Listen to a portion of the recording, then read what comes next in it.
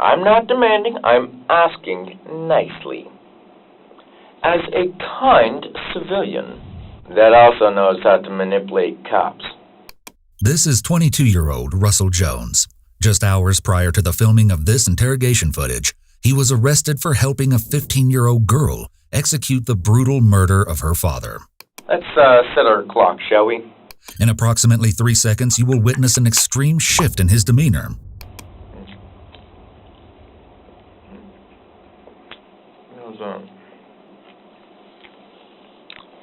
You're listening in on my conversations, aren't you?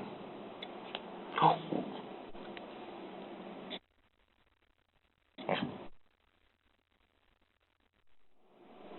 So, we can do this the nice way, or we can do it the hard way and I can release my bipolar.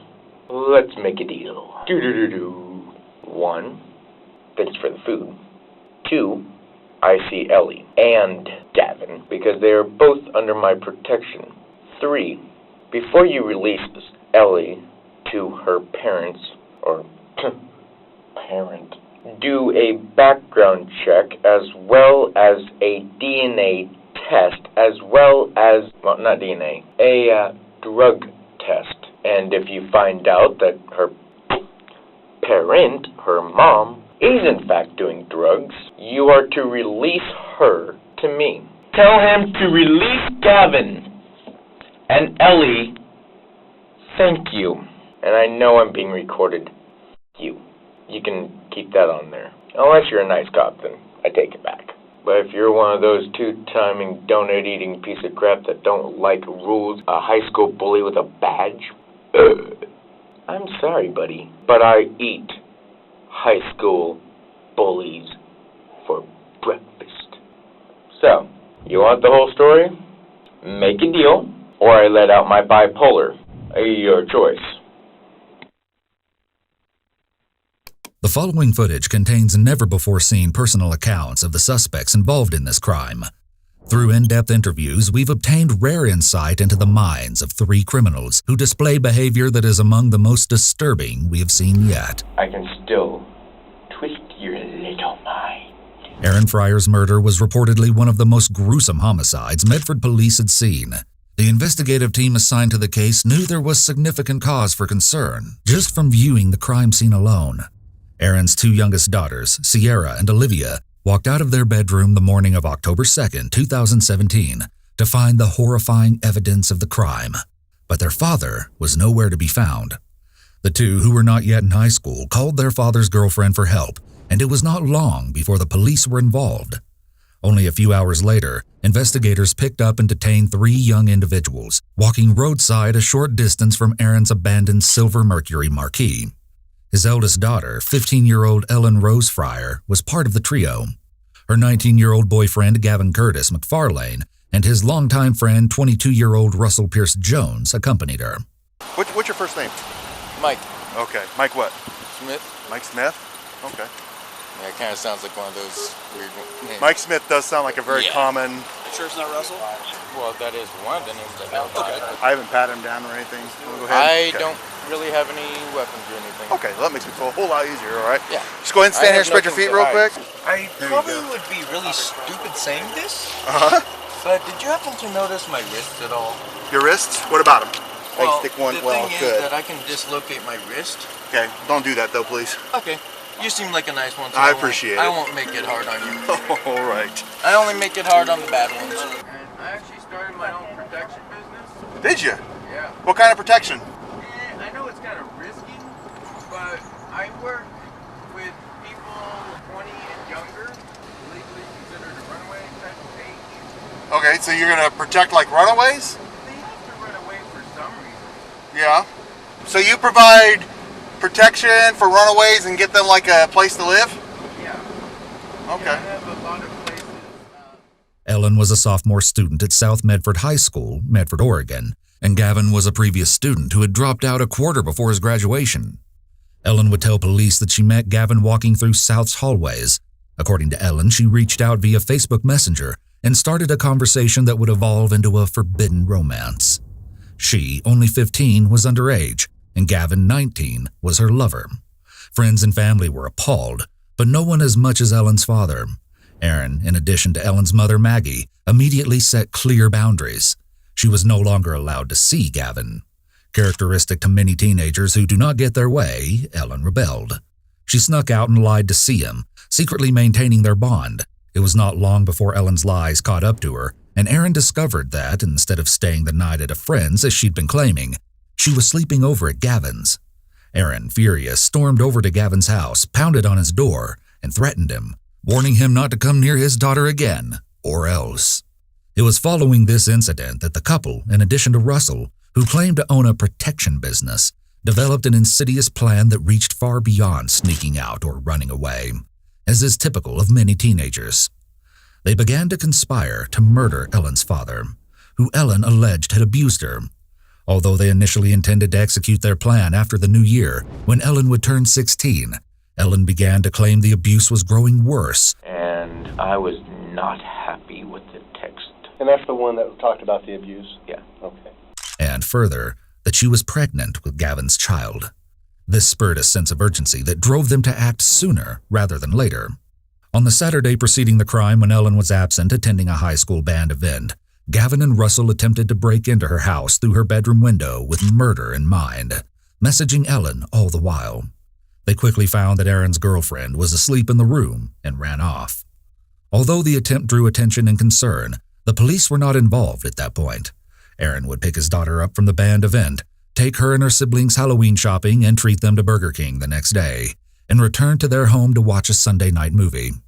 The events that followed the next morning were a tragic contrast to this seemingly wholesome day of family events. Gavin and Russell again arrived outside of Ellen's bedroom window in the early hours of that Monday morning. Ellen prompted Gavin to enter, and he obliged, while Russell remained outside in her yard. Over a period of an hour or so, Gavin and Ellen whimsically discussed their future, full of marriage and lifelong love. But this was only to pass time. They were waiting for Aaron, who rested on the living room couch, to fall asleep. Eventually, they heard snoring, and Gavin began to make his way to the living room. His first attempt failed when he accidentally kicked a trash can. It was still dark. Aaron woke up, Gavin retreated to the bedroom, and Ellen pretended that she had to use the restroom.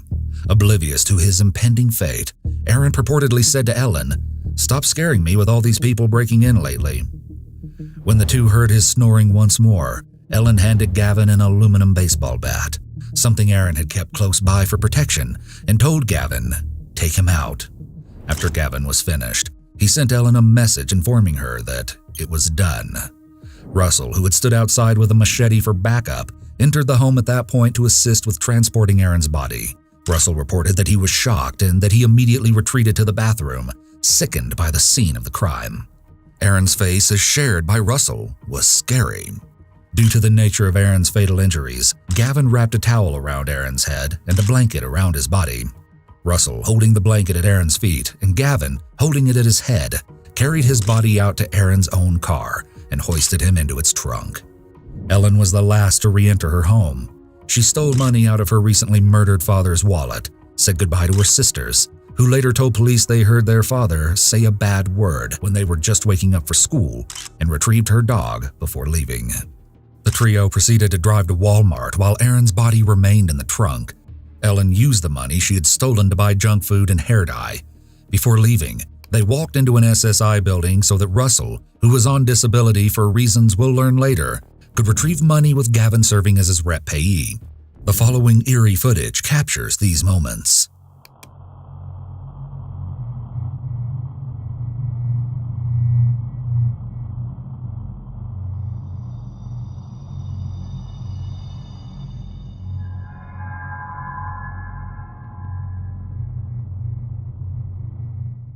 They dumped Aaron's body off an embankment along the side of a road. Also off the embankment alongside the road, they threw various incriminating pieces of trash and clothing articles. They ditched Aaron's car and walked away with plans of hiding low in an abandoned house and eventually retreating to California. He dropped his body off on the side of like a pretty well-known road, man. Like some lady was like walking her dog and then found his body. We interviewed dozens of friends and family who knew these suspects, and we found that almost all of them shared the same sentiment. I spent like the whole year with her and Dan doing competitions and whatever. Someone pulled me aside, was like, "Did you hear what happened with Ellie Fryer?" And I was like, "No, I haven't heard anything." And literally a week or two previously, I had spoken to her and been around her. It shocked me. It was a shock. It was a little bit shattering. It was a murder, and a really kind of mysterious and gruesome one. And I don't think anybody was expecting that. All signs aside, no one expected that this would happen. Think about this. Your daughter's 15, 16, and she's with a grown-ass man doing drugs. I would tell him, never talk to my daughter again. And it's like some Romeo and Juliet type. You know what I mean? They're not supposed to be together, but they want to be together. Romeo and Juliet laws could be applied there because of the 3-year age difference. What is the Romeo and Juliet law? So they do something drastic, you know. And unfortunately, it was taking Aaron's life in such a messed up way. They found like actual evidence of them planning to kill both Ellie's father and the other guy whose name I can't remember, his dad as well. Who's your father? Russell Jones Sr. Oh. What's so bad about him? His past, as well as my past, growing up with him over 22 years. I know at the very least, Gavin and Ellie were present when one or both of them beat Ellie's father to death with a baseball bat. They, then took his car with his body, dumped him not even that far away, I don't think, in a ditch. Were caught like not that long after in the car, I think, which is crazy. Medford police at least say it's one of the goriest scenes they've ever seen. All factors involving these specific 3 individuals culminated with a deadly storm that ultimately led to Aaron's traumatic murder. This is the beginning of an end for Ellen Fryer. She sits stiffly in an uncushioned chair. The walls are bare and narrowly enclosing. Experts designed this room to spur feelings of discomfort, isolation, and unfamiliarity. The interrogation has already begun.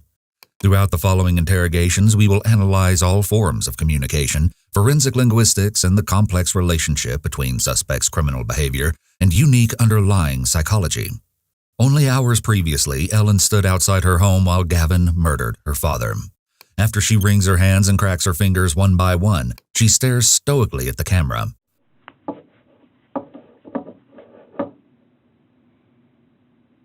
Her behavior is markedly inconsistent with the nature of her recent experiences.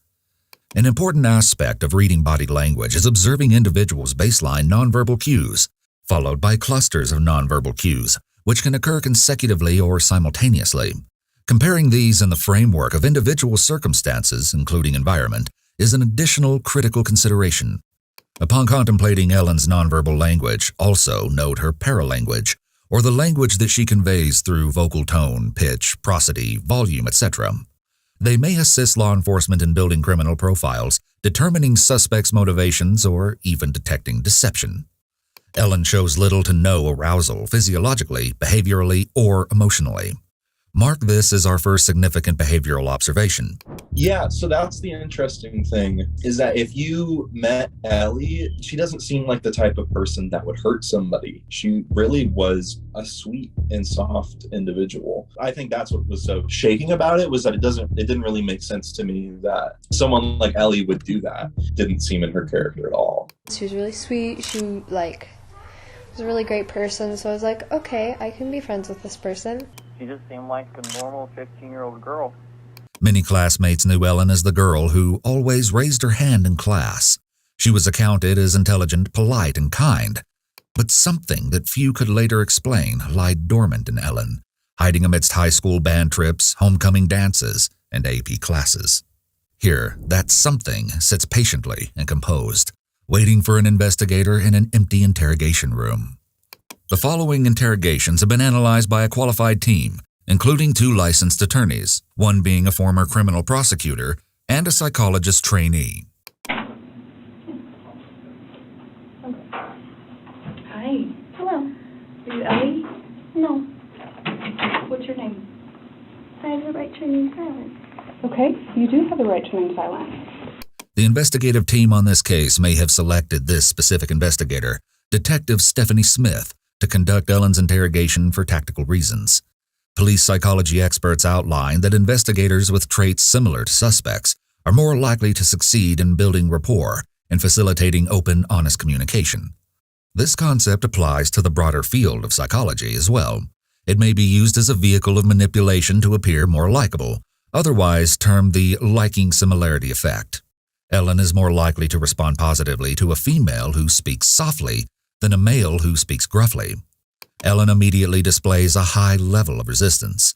As the interrogation unfolds, Detective Smith will navigate each obstacle to open communication that Ellen throws her way. Is that what you're choosing to do? Yes. Okay. I at least need to know your name, though. You don't want to tell me your name? Rain. Rain? Mark lying as our second notable behavior observation and display of resistance. Ellen's first word is a lie, and she lies about her name. Lying is a common exploitive tool. Compulsive lying or pathological lying is characterized by lying about subjects' surrounding identity as a means of control. Okay, Rain, well, if you choose that you want to talk, I'm around, okay? I would like to know why I'm in handcuffs and why I'm detained. I have the right to know. Okay. Ellen is angry. This reflects in her expression, which is a significant contrast between her flat disposition minutes previously. Her eyebrows are raised unusually high, and she holds them there as she asks the investigator with a childlike voice in an indignant, defiant tone why she is being detained. Why am I being detained? Her eye contact is unfaltering. Advanced situational awareness training would identify this behavioral cluster as indicating a need for dominance. So we got a call of concern at your house today. Well, first I'm going to tell you all your rights. My house. I'm going to tell you all your rights, okay? And then I'm going to explain to you what's going on. And if you choose to talk after that, that's completely up to you. This is a lesser-known rapport-building tactic that functions by reminding suspects they have some level of autonomy. Ellen appears to grow more receptive. Okay. Okay. You have the right to remain silent. So you said you want to remain silent. Then I would like to know why I'm detained. Okay. So we got a call of concern at your house today, and your little sisters are pretty scared about what happened there. And so what we're doing is trying to figure out what happened. And the police went to your house, and we're also a little bit worried about what's going on over there. Detective Smith is vague that law enforcement is worried about what is going on over there, Ellen's house. At this point, she's trying to build rapport. This is a soft and indirect approach. Detective Smith wants Ellen to fill in the gaps. I haven't been there all night. Well, there are things that would indicate otherwise. I gave you guys what you wanted. Normally, it would take about 24 hours to get missing persons report if there wasn't evidence of blood. Then, if the person's missing for a total of 48 hours, hence 48-hour mystery, dumbass, then you do your little search posse. By then, Gavin, me, and her would be in California.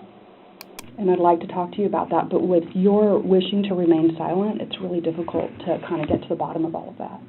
Then let's talk. Okay. So what I want to do is make sure you understand what I told you about what your rights are, because that's super important, okay? So can we go through those one more time? Yes. Okay. So you have the right to remain silent. What does that mean to you? Detective Smith reiterates the Miranda rights and asks Ellen to explain what each right means to make sure there is understanding. States often require this if suspects are 15 years of age or younger. So this morning, your little sisters ran over to your mom's house and told your mom about something that worried them that they saw in your house, okay? And what that was a large amount of blood. And they described a few things that you had been doing at the house. Kind of the way you said goodbye, and that it worried them because they weren't sure if they were going to see you again, and they love you. And that really worried them a lot about where you were going and why you were leaving so quick, because they care about you and they love you. She frames the story from Ellen's sister's perspective, describing how scared they were to appeal to Ellen's humanity, but Ellen seems relatively unaffected. You know, do you love your sisters? Yes. And you care about kind of how they feel about you? Mhm. Yeah. Anybody would. You know that? Yeah. Yeah. So, kind of, that's what we need to hash out. You know, what did your sisters see? Why are they worried? Yeah, what did they see? That's what I'm going to ask you. To be honest, I don't have a clue. Ellen becomes abruptly animated. She raises her eyebrows sharply, and they linger there. Something about the expression seems off. It doesn't reach the rest of her face, indicating chirality, or match her verbal expression. This abnormal behavior further supports that Ellen struggles with issues of affect or apathy. Ellen's expression, whatever it is, does not appear normal. Ellen's ex-best friend, Jillian McFeeters, commented on Ellen's mental health to investigators, stating that Ellen had displayed signs of bipolar disorder. The switch would go off sometimes, and I mean, it was not very long. It was just kind of a woo, and then it was gone, but... This is a critical piece of information confirmed by someone who knew Ellen best. Ellen's mood fluctuations indicate that she suffers from heightened emotional reactivity and sensitivity in response to triggering stimuli. This contrasts with mood swings typical of bipolar disorder, which are not as transient. You said that there was a large amount of blood. Is everybody okay? That's what we're trying to figure out. Yeah. Do you go to school? No. No. What's the last grade you completed? 12th. You completed 12th grade? Detective Smith begins to ask background questions to establish Ellen's behavioral baseline, or the behavior she normally displays when answering fact-based questions. Later in the interrogation, when she poses questions relevant to the crime, she will look for behaviors that diverge from Ellen's behavioral baseline when Ellen responds. We will expand on the formal technique of this concept later in the interrogations. How old are you? 18. Okay. All right. Where did you go to school? South Medford High School. When did you graduate? Last year. Class of 2017. This year, sorry. Class of 2017. I graduated with an honors diploma. That's exciting. As we know, Ellen is lying when she answers most of these questions. Because we know she's lying, we can see the way Ellen expresses herself non-verbally when she lies based on facts. 1. Ellen's tone drops and flattens, a notable deviation in her paralanguage. Do you go to school? No. No. What's the last grade you completed? 12th. 2. Her eyebrows raise. 3. This is a cluster of non-verbal indicators. Ellen looks up and to the right. She smiles, laughs as she answers, and then moves her hands apart. When did you graduate? Last year. 4. We can see another cluster when she corrects her lie with another lie. This time we can tell she's more flustered. She scrunches her face to the point that she closes her eyes. She false starts. We see her eyebrows drop dramatically. She rapidly shakes her head back and forth, and finally, she aggressively flicks her hair out of her face and tilts her head back. 5. Last, we see another eyebrow raise. What kind of classes did you take? AP. AP what? AP American Studies, AP Human Geography, AP Psychology, AP Biology. Goodness. Pretty much everything I could take. Yeah. And I know you live with your sisters, because I know somebody else has talked with them today. I didn't talk to them. And who else do you live with? Just them. Ellen responds, just them, and she sounds more emotionally expressive. She may have a soft spot for her sisters. The investigator seems to think so, as she often includes them in her questioning. And my mother. Okay. Where do you live? In the area. I don't know the exact address. So you live with your sisters and your mom, and you graduated last year. Okay. And you were walking down the street, it sounds like, today? Mm-hmm. Who were you with? I was with my friends. Okay. And I wasn't there, so I really don't know. Yeah. Who are your friends? The 2 males that have also been detained. Okay. Who are they to you? They're friends. Okay. What are their names? I'm not going to give their names. Unless I'm there, she only trusts me as a lawyer. Okay. So what have you been up to today? I haven't been home, and now I'm really concerned about what's been going on. Mm-hmm. Ellen puts up her defenses. In a setting outside of an interrogation, defensiveness naturally elicits a negative response from the listener. Detective Smith is trained to employ the resistance countering technique, reframing. In this instance, she utilizes reframing to refocus Ellen's attention on something more positive. Holding positivity assists with resetting the flow of conversation, prevents defensiveness from building, and increases efficient information gathering. This tactic draws from the field of positive psychology, which arose from the idea that reorienting focus and reframing perspectives away from negativity results in greater life equilibrium. Where were you? Out. Like, out where? Just out and about. Couldn't sleep. When Ellen lied about graduating from South Medford High School, I graduated with an honors diploma. She stated that she had graduated with an honors diploma, an identity lie.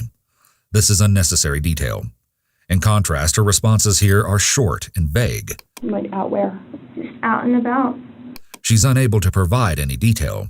An investigative team will analyze amounts of detail and specificity in the context of what suspects say. They might note that Ellen was overly specific when she provided detail when Detective Smith didn't prompt her to, honors diploma.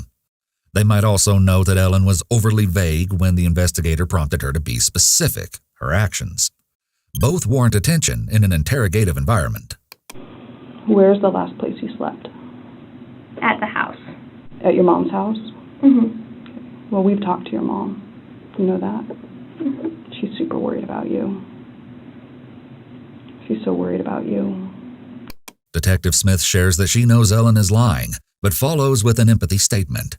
There is no perceptible response from Ellen, but it's clear Detective Smith is still trying to earn Ellen's trust and break the ice. This is an attempt to make an emotional connection, but Ellen holds steadfast, maintaining her resistance. I would actually like to speak truth today. Okay? I think that your mom is... it's been a long time since I've seen a parent like your mom was today.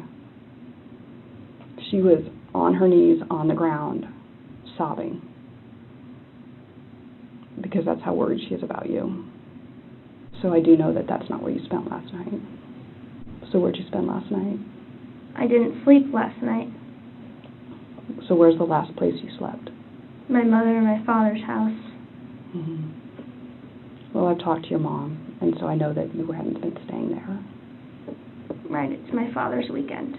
I go back and forth, though, because my father is a little bit abusive. Okay. Ellen mentioned her father's abusive behavior relatively out of context. Her parents shared joint custody, which explains why she went back and forth between their houses. Further, her response bared no relevance to the question. Consider that Ellen conspired to kill her father and very recently encouraged and stood by as her boyfriend murdered him, lifted his body into the trunk of her father's car, and threw it over an embankment. Her statement regarding her father's abusive behavior extends beyond a lack of remorse, resembling something more like revenge. When investigators spoke to Ellen's old friends, they shared that she had been consistently confiding in them about the abuse.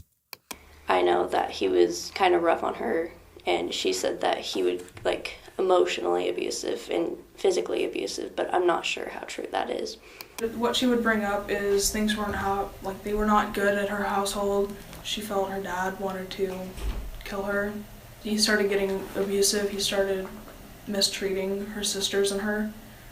When the Medford PD posted details surrounding the crime and suspects on their Facebook timeline, there was an outpouring of mourning and kind words for Aaron.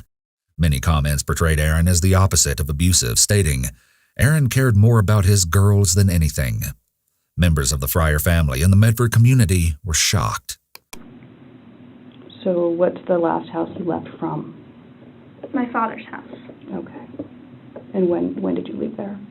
About noon. Okay. And then where'd you go? Just wherever I felt like going. I just went for a walk. And I didn't stop walking. So today is Monday, and it is 11:30. Okay, so I've been awake for almost 24 hours. So you left at noon. What day? Sunday. Okay. Yesterday. And what was going on before you left the house? Detective Smith is attempting to establish timelines, but this proves difficult due to Ellen's continued lying and evasion. My father was very upset about something. What was he upset about? I can't recall. He has very violent outbursts. Okay. My dog was hit by a car because he smashed a glass table onto my dog, and the gate was open, so my dog ran outside and he got hit by a car. My goodness, when did that happen? A couple of weeks ago. Okay. So what was going on yesterday to make you leave? Just didn't really like the environment. I just didn't like the vibe. Okay. So who was home when you left? My sisters and my dad. Okay. Where's my dad now? Ellen attempts to act as though she's concerned about her father, but she fails badly. Consider which behavioral cues indicate deception and post the timestamps in the comments. I don't know. So you leave. What door did you leave out of? The front door. Okay. And did you tell anybody you were leaving? No. And then where'd you go? Just turn here, turn there. Just kind of wandering around town. Ellen describes walking and seeing the nearby market, though she says her memory is fuzzy. My memory is pretty fuzzy, though. Is it? And she claims she doesn't remember much else. And then what else did you see? Nature. Mm-hmm. Preceding interrogation, investigators may engage in an exercise termed perspective taking. They place themselves in the suspect's shoes. Suspects will often prepare themselves to answer questions that are central to the crime they committed. By viewing the situation from suspects' perspectives, investigators are more likely to determine what questions suspects might expect or not expect. Investigators will then begin the interrogation by asking anticipated questions to establish a behavioral baseline and follow by asking unanticipated questions. This allows investigators to make a comparison between baseline responses and responses that suspects provide when caught off guard. Well, at some point you must have met up with some friends. Yeah, I ran into them. Where were you when you saw them? Can't remember. Okay. So I feel a little bit, tiny bit like we might just be like playing cat and mouse and going back and forth. Okay. In addition to displaying high levels of resistance, Ellen pushes back at the investigator. She exhibits prolonged eye contact. This is a confrontational behavior indicating aggressiveness. She will continue to do this periodically throughout the interrogation. Your sisters have actually been already talked to by somebody, and they're pretty good on their times when they saw you because they were getting up and alarms were set and looking at tablets and things like that. Okay. And so, you know, I just want to have an honest conversation with you. I think that your sisters are beyond scared, beyond worried. Okay? Like, for instance, the dog. Where's the dog? Where is my dog? What's its name? Squeakerbeak or something? Sparklebeak. Sparklebeak. Where is he? You tell me. Where's my dog? I don't know. Where is Sparklebeak? I don't know. Okay, well, for me to have an answer about where Sparklebeak is, I don't. Because you're actually the one that took Sparklebeak. I took him for a walk around the block and then I dropped him back off. Sparklebeak is not anywhere to be found. Your sisters remember you taking... Your sisters actually remember you taking him this morning and walking out the door with Sparklebeak. Where's my dog? I think only you know the answer to that. No, I don't. It would be nice to be able to at least let Sierra and Olivia know. I don't know. Okay. Do you have a boyfriend?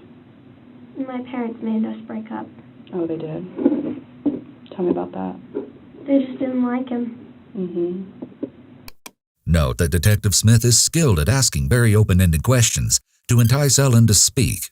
Open-ended questions encourage narratives that are rich in detail and allow investigators to collect further information and insight related to the case.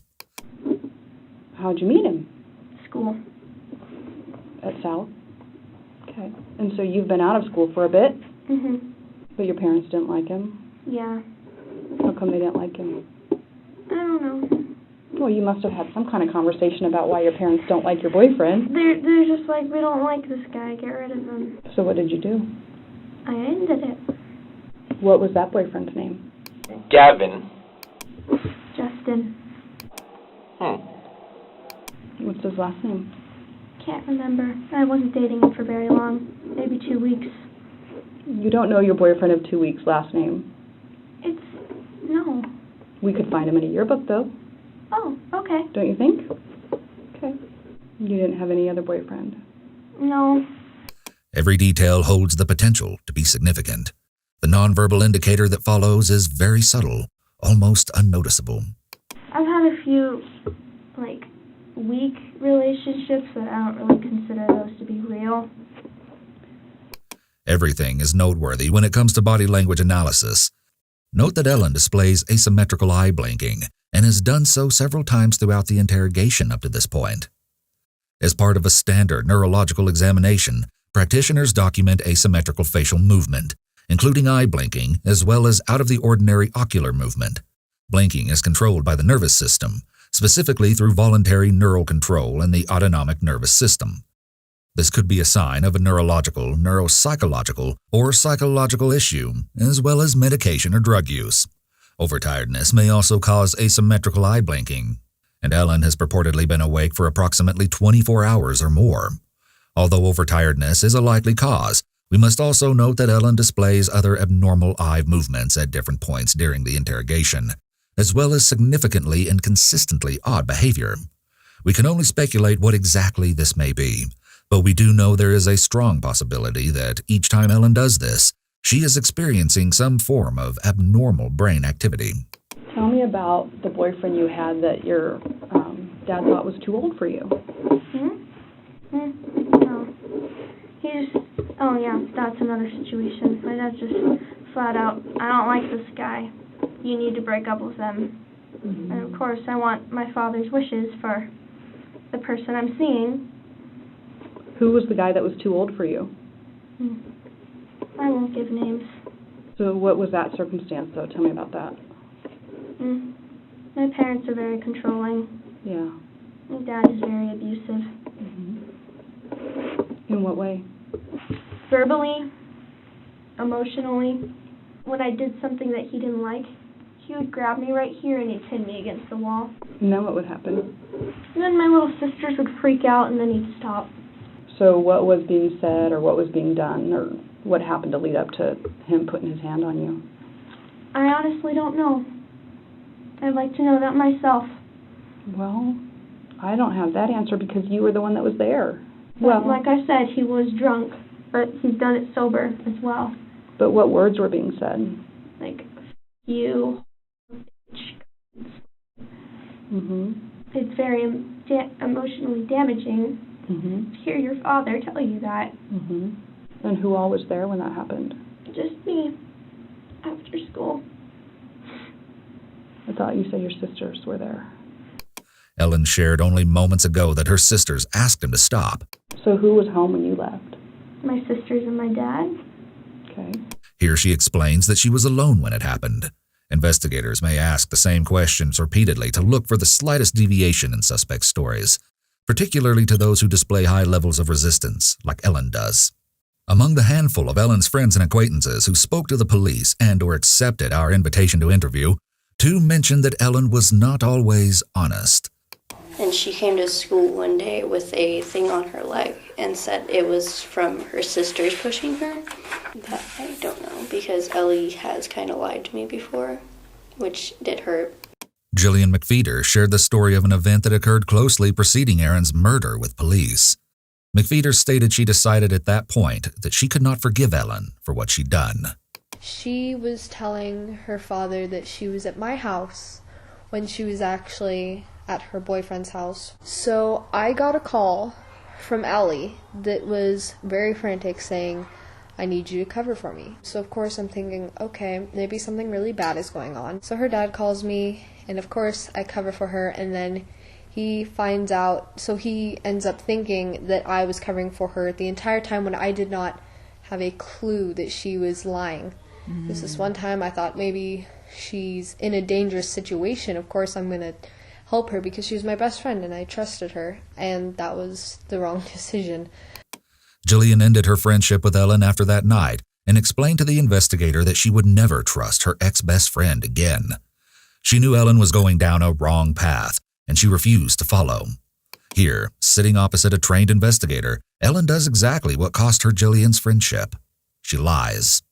Yeah, sometimes we go over there by ourselves, and we just want to get away from the other two. Having two younger sisters is stressful. Mm-hmm. Everything's an argument.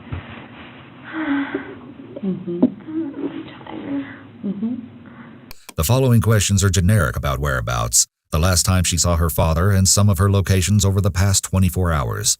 Smith is establishing a timeline and frame of reference to compare it to what she knows about Ellen and the crime and what she will learn from Russell's and Gavin's interrogations. So you were at the park on the other side of the street from Dairy Queen and Blackbird, Mm-hmm. and then you saw your friends. And what were your friends doing? Just hanging out, being goofballs. Okay. We know that Ellen and said friends were certainly not just hanging out, being goofballs. Ellen does not appear to be attached to what she says, seeming guiltless. She also comes off as equally removed from impending consequences. As an honors student with stellar grades, Ellen has demonstrated advanced cognitive ability. She would need to possess assets like strong critical thinking skills, working and long-term memory, and at least an average or above IQ to excel as she has. If Ellen is intellectually gifted, we have less of an explanation for why she consistently tells lies that she cannot keep up with. Her approach to evasion and resistance is persistent but not logical, let alone strong, and it brings up a question as to whether Ellen is in a normal, healthy state of mind at the time of this interrogation. A more sinister explanation, Ellen could be doing this intentionally, manipulating the investigator and setting the scene for an insanity defense. And then what was the conversation? Hey, what are you doing? Nothing much. What are you doing? Just walking around. You want to hang out? Sure. And we started walking. And when do you think that was? I'm not quite sure. What kind of car does your dad drive? Grand something? What color is it? Like goldish silver. Okay. When's the last time you were in that car? When he drove me to the store. Detective Smith continues to ask questions surrounding details of the crime. She has reasonable suspicion that Ellen was in that car only hours ago with her dead father in the trunk, and she's probing for behavioral discrepancies between answers Ellen provides here and answers Ellen provided earlier when responding to questions unrelated to the crime. When's the last time you drove that car? The last time I drove that car. When I parked the car at Walmart. Okay. And that was, so today's Monday, and you said that was a couple days ago? Mm-hmm. What time of day? We had to get something for dinner, so I'd say about 6 p.m. And who all went to Walmart? Just me and my dad. Okay. What'd you guys get? Meat. What kind? Like, what were you guys making? Oh, I'm vegetarian, so I don't really care. By the way, did you know sausages are actually the leftover pig guts? And intestines, and the heart, and the liver, pork chops, they're used. Okay. When's the last time you saw your dad? Yesterday. I'm too tired to keep talking. I'm really sorry. You want to take a little break? Okay. Do you want some water or anything? No, thank you. You just want to sit here for a few minutes? I'd like a place to lay down and sleep. Okay. Well, you just sit tight for a few minutes and we'll try to figure that out, okay? Okay.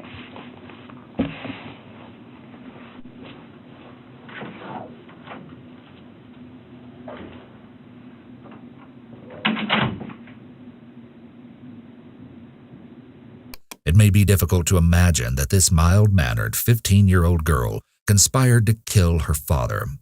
She has denied knowledge and culpability and claimed abuse. She has likewise lied consistently throughout the interrogation. Many involved in this case seem to want an answer to a question they are hesitant to ask. Was Ellen truly a victim of abuse, or is she lying?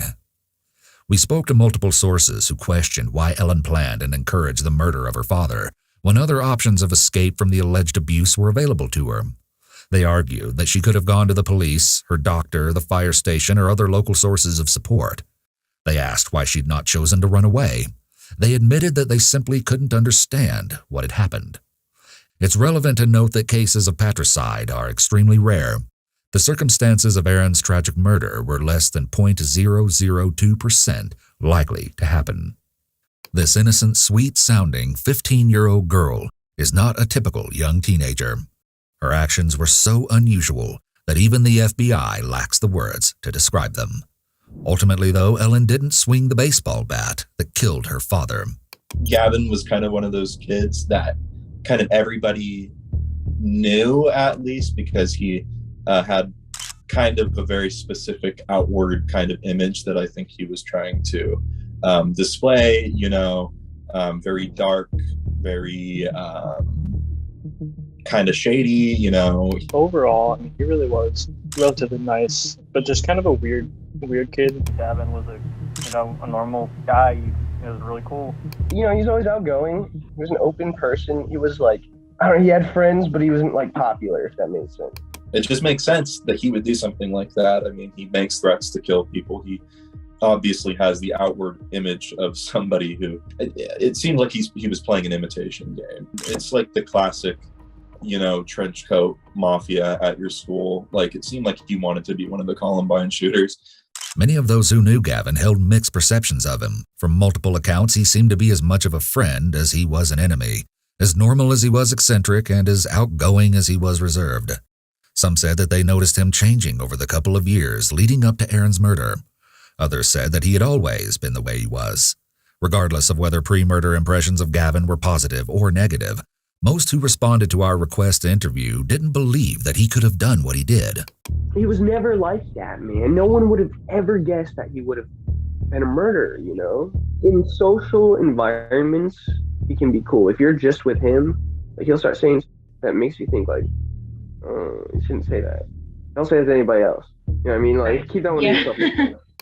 Gavin's behavior and responses to investigators, framed within the context of what family and old friends and acquaintances have said, serve as an opportunity for a unique insight into a crime that no one anticipated.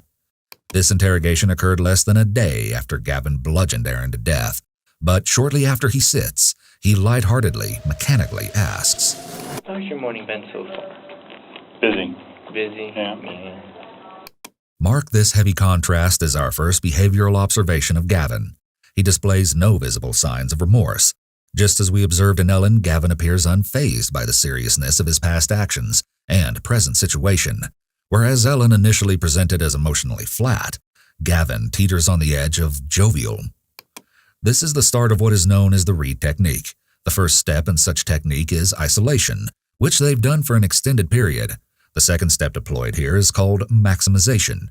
The Reed technique recommends 5 minutes of isolation, but Gavin has been isolated for hours, with the exception of an officer keeping a close watch on him. Following isolation and maximization, the Reed method incorporates 3 primary categories: fact analysis, investigative interview, and interrogation.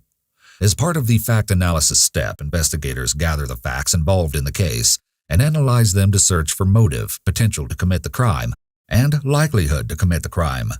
Law enforcement will use both dependent and independent corroborating evidence in this stage. During this stage, investigators develop a full understanding of the crime scene and other relevant aspects of the crime. All right. So,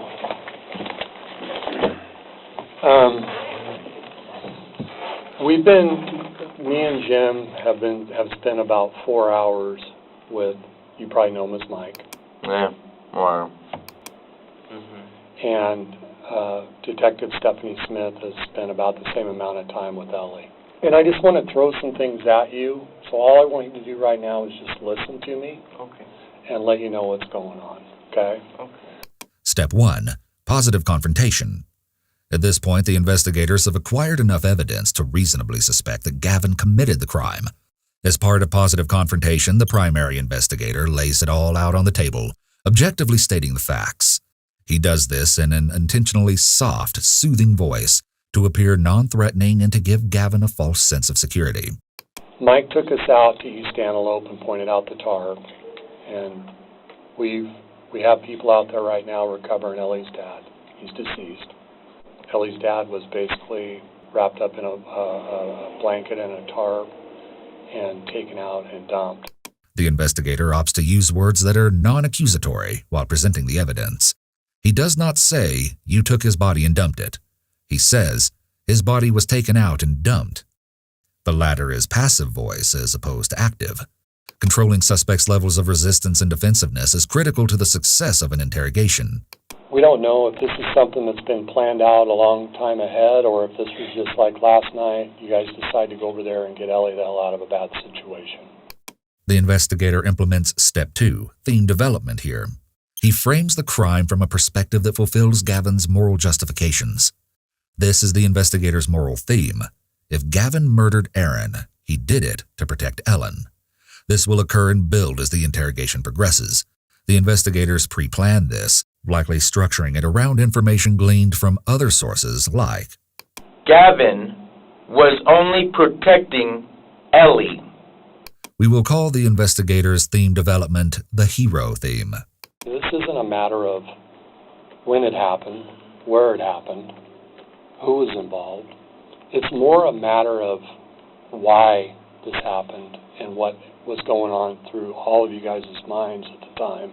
We don't take sides in these kind of cases. We're basically truth seekers. We're here to seek the truth as to what happened. And Ellie has been 100% cooperative with us. Are you Ellie? No. What's your name? I have the right to remain silent. And then how long have you known Ellie? Ellie, it's been almost a year now, I'd say. Okay. Boyfriend, girlfriend? It's only about 6 months. There's some information that Ellie might be pregnant. Has she told you that? Okay. Gavin confirms that he was both dating and sleeping with Ellen. That is, he confirms that he was both dating and sleeping with a minor. It took a handful of seconds for this investigator to prompt Gavin to admit to a statutory offense. He would hang around middle schools. When he had turned 18 is when everybody found out that he was with a 15-year-old. People were automatically okay, bro, that's not cool. And a lot of people stopped talking to him. And he wanted her at any cost. No one else could have her. Because Gavin shows little resistance and doesn't reject or deny the investigator's accusations, the investigator can bypass steps 3 and 4 of the Reed interrogation technique, handling denials and overcoming objections. Instead, he jumps straight into step 5 of the Reed technique, procurement and retention of suspects' attention. The investigator must guide Gavin's attention away from the potential repercussions of the crime and back to the main theme. He does this through minimization or through rationalizing that the crime was not that serious of an offense. You guys are only, 3-4 years apart? A little over 3, yeah. Yeah. Okay. Because of the investigator's redirection here, Gavin is back in the hero mindset. From Gavin's perspective, investigators are only concerned about Aaron's abuse of his daughter, not his murder, and Gavin has exactly the information they need. Her dad's an alcoholic, and he goes and she said that he's beaten her and locked her in the bathroom before and stuff. Has she ever told you that anything in regards to? That was just recently. That's what set me off. So. Okay. This is a turning point. In just over 10 minutes, Gavin has fully bought into the hero theme. The next steps are crucial to the success of the interrogation. They almost have a full confession, but sticking true to the Reed method, the investigator immediately continues as though Gavin merely commented on the state of the weather. The hero approach to theme development was Gavin's Achilles heel, his greatest weakness. His crime was gruesome and ruthless, but he seemed to desire to be a hero as much as he desired to be a villain. Among the dozens of friends and acquaintances we interviewed, only one confirmed a possible explanation as to why this theme worked so well for investigators. He was very protective of the people he cared about. Actually, how we met, I was bad-mouthing a couple people, not realizing that he was connected to those people. They had pissed me off, and for whatever reason, I just wanted to talk shit, and he gave me a black eye. Although Jacob laughed it off, the example he gave supports the theory that Gavin possesses a low anger threshold, meaning he's anger-prone. Some might argue that Gavin's actions display extreme loyalty, whereas others might protest that they served as outlets for his aggression. When did she tell you about that, and what did she tell you? That was yesterday. What's your understanding of what he did to Ellie? He basically laid next to her naked and started. And then so you mentioned that kind of set you off, upset you. Obviously, it would upset me too. This is an empathy statement, something that encourages reciprocity. Establishing reciprocity, in this case emotional reciprocity, in an interrogative setting is a form of persuasion. If the investigator provides a small favor, the suspect may feel a need to return it, thereby lowering resistance. The empathy statement also creates an opportunity for Gavin to elaborate on what he meant when he said he lost it. But the investigator quickly moves on once Gavin responds. Linguistic analysis involves the interpretation of words and phrases in context. So is a transitional expression. The simple linguistic interpretation here is that Gavin wants to move on from this topic of conversation. The investigator intuits this and immediately resumes asking questions along the lines of the hero theme. And then, so what was the plan going over to Ellie's last night? Was it to pick up her belongings and get her out of that situation? To pick her up some stuff and get her out of there, yeah. Okay. He's held me at gunpoint before. He threatened my life and held me at gunpoint before. Aaron has over at his house? Mm-hmm. And then there was one time he came over banging on my door because he was all mad. I actually called you guys for that because I was like, I didn't want to go out the door, look out the window to see anything because I didn't know if he had a gun or not. But how long ago was that you called us? I think it was a month ago. And then when was the situation where he pointed a gun at you? Where was that? Where did that happen and how long ago was that? Gavin describes his interactions with Aaron as being characterized by fear. He claims that Aaron threatened him more than once. Beyond Gavin's reports of Aaron's threatening behavior, Ellen claimed to him that Aaron abused her. The fear response is an evolutionary physiological survival mechanism that's triggered in reaction to perceived impending harm. It's otherwise termed the fight or flight response, which includes the following reactions: fight, flight, freeze, and fawn. We'll discuss the fight or flight response concerning Gavin as the interrogations progress. So I went over to his house one time. This was where I knew that he didn't like me or whatever, and I came over and he's like, "What the hell are you doing here?" And then I'm like, "I was here to say hi to Ellie. She said that I was to come over." He's like, "No." So he grabbed a gun and was like, "Get the fuck out of here. I'm giving you 20 seconds." Did Ellie witness that? No. I don't know what caused him to not like me anymore. Okay. So he was really chillaxed. I mean, he was, of course, being like a protective dad. He said, "I'll knock out your teeth if you ever hurt my daughter." And I was like, "Yeah, I understand." Does he drink a lot? So, yes, he is an alcoholic. If Aaron suffered from alcoholism, Ellen could have been in a considerably unstable environment. Children of individuals who struggle with alcoholism are more likely to develop mental illness. Moreover, and in reference to Ellen's claims, greater consumption of alcohol relates to greater rates of inappropriate, unwanted advances. So you get this text yesterday, last night, and when you got over there, what time of the morning do you think it is now that you guys arrive? It was 2:30 in the morning. 2:30 in the morning? Mm-hmm. Is when you guys get there? Okay. Gavin must be in his hero mindset, believing that the investigators view his crime as morally justifiable. Once Gavin is primed to be more receptive, open, and honest, the primary investigator dives into information gathering. Note that the second investigator is present to ensure proper execution of Step 9 of the Reed interrogation technique, converting an oral confession into a written confession. A third party witnesses and writes down suspects' confessions. Where is she at when you first see her? She's poking her head out the window, being like, "Hey, come on in." Out of her bedroom window? Mm-hmm. Okay. And what do you and RJ do at that point? At that point, RJ was like, "Okay," and then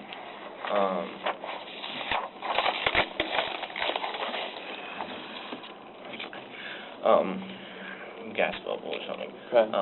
I go in the window, RJ waits outside. He waits outside, yeah. And then do the bags start getting passed out the window? Yeah. How many bags do you think she has ready to go at that point when you get there? Gavin appears calm and collected, unaffected by his present circumstances. However, as the investigator probes more deeply into the specifics of that night, Gavin crosses his arms tightly over his chest. This is a self-pacifying behavior, a self-hug meant to reduce stress and regulate emotions. When we got there, she had 4 bags. She had a guitar. The pellet rifle. The pellet rifle, yeah. And then she had like a makeup kit and then another thing in it. So now it's you and Ellie in the bedroom, and you mentioned that Dad heard you. Did Dad hear you guys in there? Or did... Well, he got up and then Ellie was like, oh, I'll just go out and act like I'm going to the bathroom or whatever. Because, I mean, I didn't want this guy to come in and start beating the crap out of me. So how'd the conversation go between Ellie and her dad at that point when she's saying, I got up and went to go pee? And he's like, all right, well, stop scaring me with all the people trying to break in lately. And I was like, wait, what? Because that was the first night we had gone. I mean, we went over there last night, but, I mean, we didn't go for it because her dad's girlfriend was there. Okay. Saturday night. So you'd went over there Saturday night to try to get her out of there. Yeah. I know I'm in serious trouble, aren't I? Well, we need to figure out what happened. And, you know, there's a lot of things in play here. But so now you've been there about 20 minutes before Ellie interacts with her dad.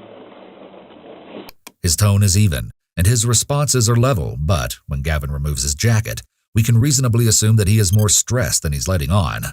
Actions like tugging at a shirt collar or removing clothing, as Gavin does here, may be referred to as ventilating behaviors. When circumstances are heating up, humans may lean on these behaviors to cool down. And I know this is going to be a little bit difficult to talk about, Gavin, but you got to be 100% honest and truthful with this. What happens next? So then Ellie got out, and they waited in the car, and then... Ellie went to the car? Yeah. Did she go out the window or the front door? She went out the window. Okay. As Gavin answers, he rubs his nose. While nose touching under high-stress circumstances does not necessarily indicate deception, it does indicate heightened stress. It appears that Gavin's feelings of discomfort are building. And when you said they waited in the car, are you talking about RJ and her? Mm-hmm. I can tell you that the car is seen on video on a surveillance camera at a neighbor's house, leaving at about 5:50 in the morning. If you're getting into the bedroom at about 2:30, you're talking about 3 hours until you guys leave. Does that sound about right? Yeah. Okay. That entire 3-hour time, what's going on inside the bedroom? I mean, what's the purpose of waiting so long? We were trying to wait for him to fall asleep again so that we could get out. Okay. And then he starts to wake up, and I just acted on instinct, and I don't know what I was doing. We know that Gavin was aware of what he was doing, but it appears that he displays little to no signs of discomfort or deception in this moment. And then, like, I just kept hitting him until he stopped, and I heard, like, gurgling, and I was like, what's going on? And I'm really sorry. Next, Gavin does something unexpected. I know you are, and I know this is difficult. And that's what we're... I'm trying to help. Sorry.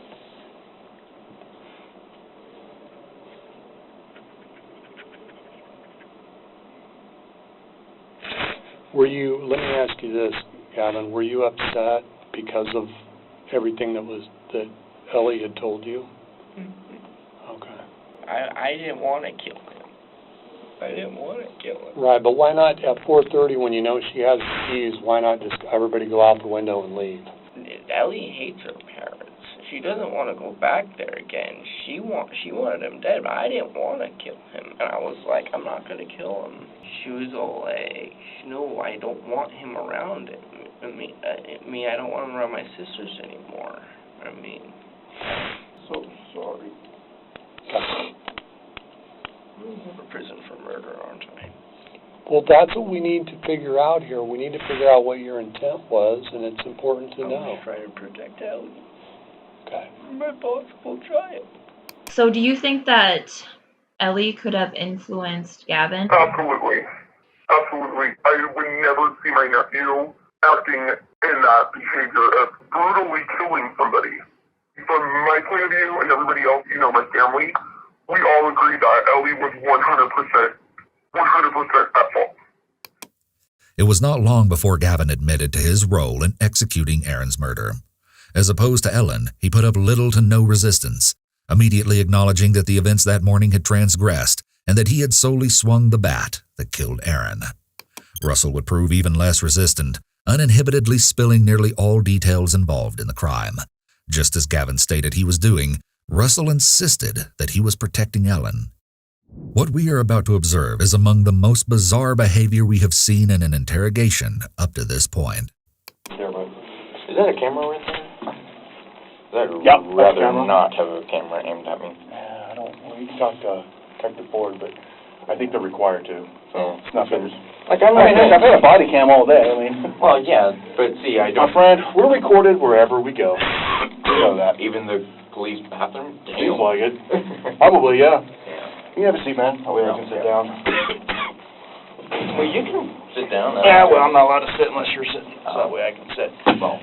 Russell tries to show dominance and control by stating he doesn't want to be recorded, and then after the officer tells him he can sit down, he replies, "You can sit down." This immediately shows he's trying to display his lack of fear of authority.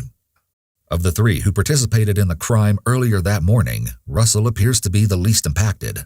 While Gavin's behavior evolved from casually polite to distraught, and Ellen's from flat to angry, Russell's is steadily lighthearted and upbeat. His conduct is eccentric, driven by a variety of psychological factors that will break down as his interrogation progresses. My mom kind of took him under her wing, trying to help him. He mentioned that he's autistic, and so he has trouble finding work. And it wasn't too long before that my youngest son was diagnosed with autism. So that was our kind of like our instant connection. He did a lot of family things with us. He spent Easter with us. He's gone to dinners with us. So we're pretty close. I mean, he calls me his sister.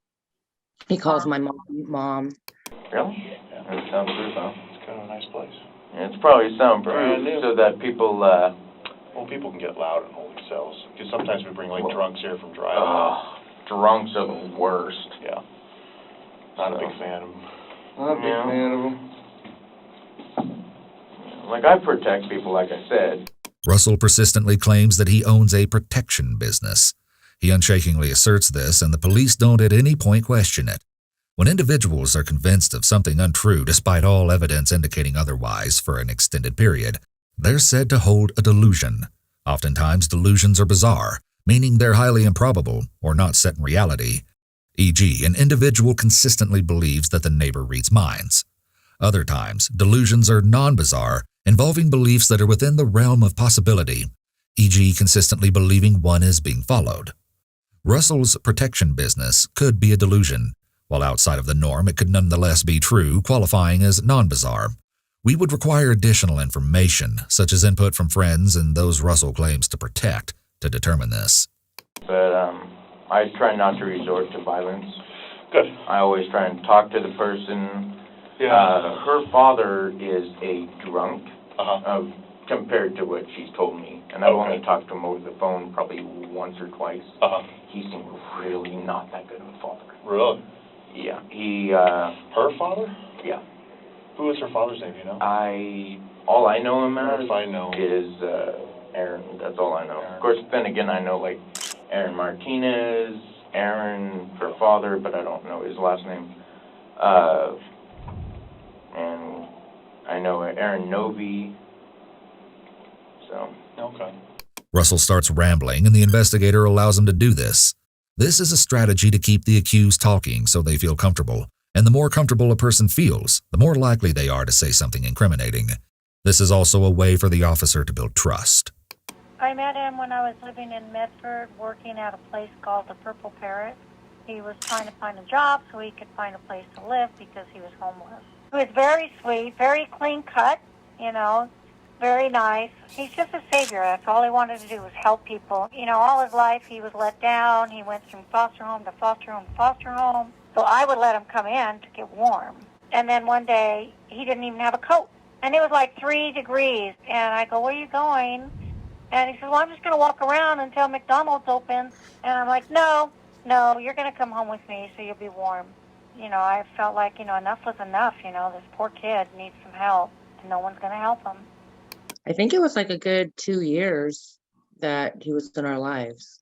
Mostly in my mom's life. Like he really did become like a son to her. Anytime he was looking for help or willing to take help, she would help him. Russell stated previously that he's diagnosed with autism. As a neurodiverse individual, Russell likely struggles with certain aspects of communication. Although he largely displays well-developed social skills, he exhibits circumstantial speech here. The various individuals named Aaron are not directly related to the conversation at hand. We'll continue to observe examples that support this diagnosis, as well as others, throughout the interrogation. Yeah, I know. I don't think I've ever met her father before. Yeah. I don't think I've met her before. You don't want to. I've never met you, and I don't think I've met Yeah, other guy the either. hunting rifle. Yeah. Is it a nice one, or? I've never seen it. Oh, okay. I've never met How'd her. you know he had one? She told me. Oh, okay. Because he Oh, like likes that, to so- drink a lot. Oh, okay. So, and the other night, the reason why I was helping her was because he went into her room and laid next to her. I don't like where this is going. Really? She tell you that? Yeah, and that's why I got her out. Okay. So, yeah, we went down to the park.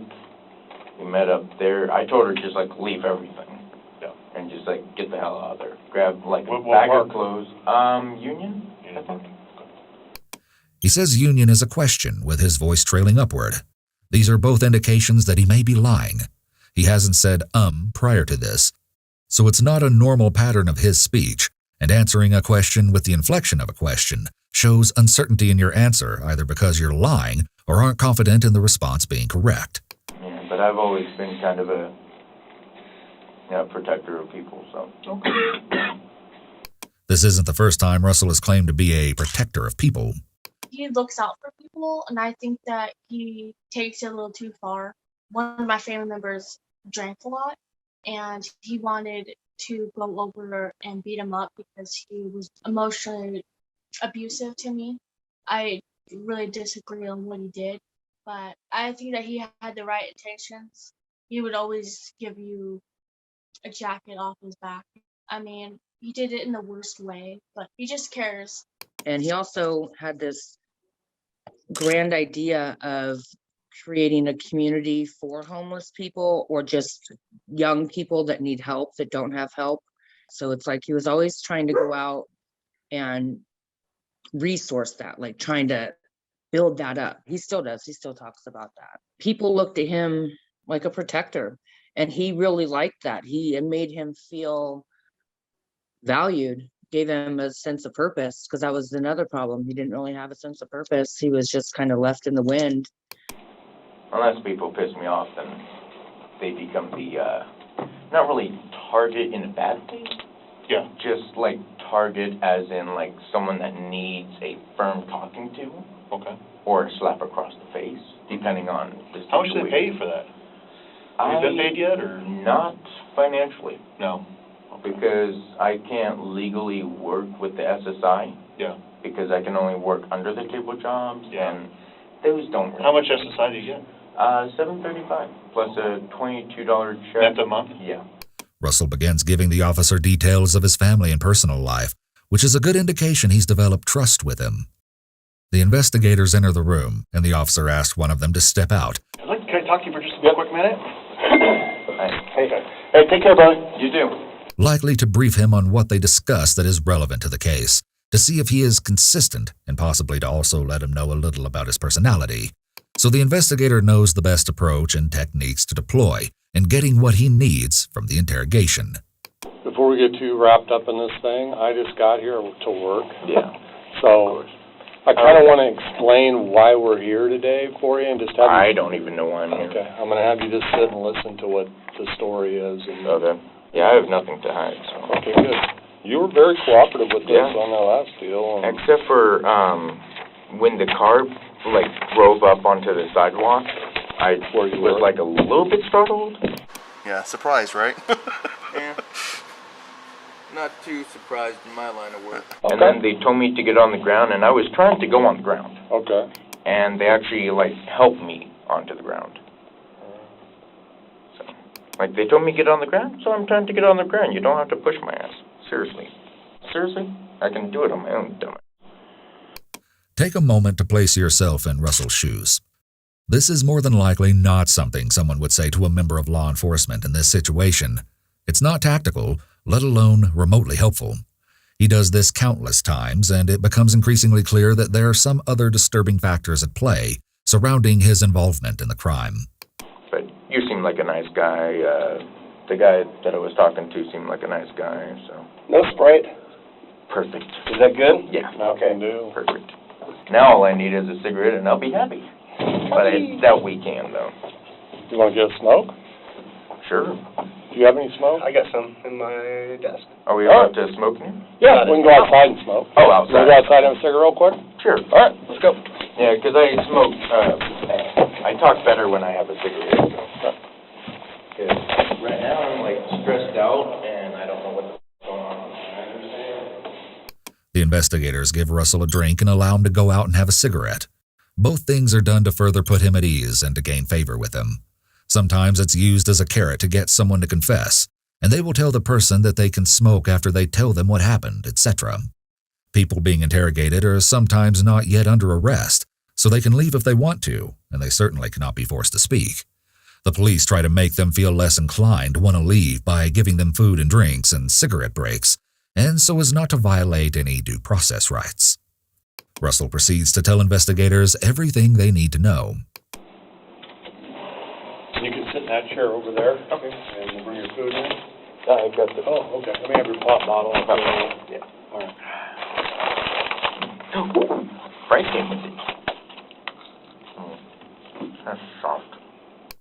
As has been the case with Russell so far, we have few words to explain what exactly it is that happens next.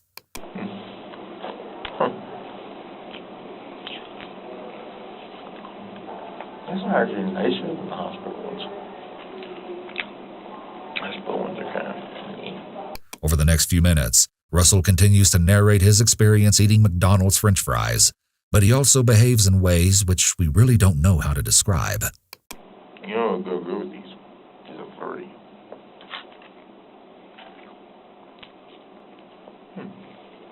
No.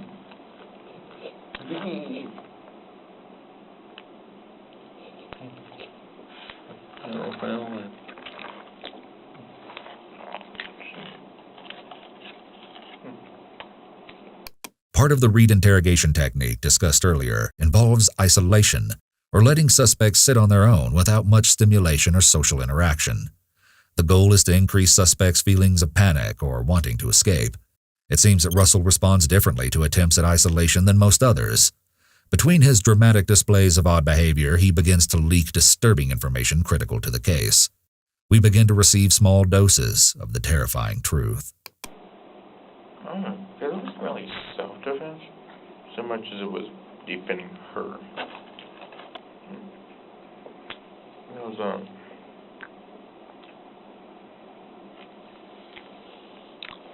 you're listening in on my conversations, aren't you? Camera off.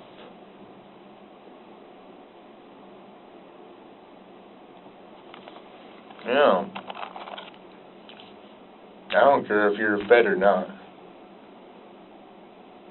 I can still twist your little mind. Don't piss me off. Nothing appears to register for Russell in terms of the gravity of his situation. He's unashamedly confrontational with law enforcement when they're out of sight. He holds delusions of grandeur specifically related to power. These types of delusions often form when individuals have been in abusive situations in which they were powerless. And I think that's really why he went to go help, well, what he thought was helping these people that he got wrapped up in. I mean, literally, for his 21st birthday, he had never had a party. I made him a cake. We had a little party at my daughter's house. He ran around with the kids, so even though he's 21, he was playing with 10-year-old, you know, and having a great time. I let him to be a little kid because he told me he never got to be a little kid. For kids that are high functioning, they're, you know, very giving, loving. They just want acceptance. Two cops were nice. Very nice guy. He was actually pretty good too. Very understanding.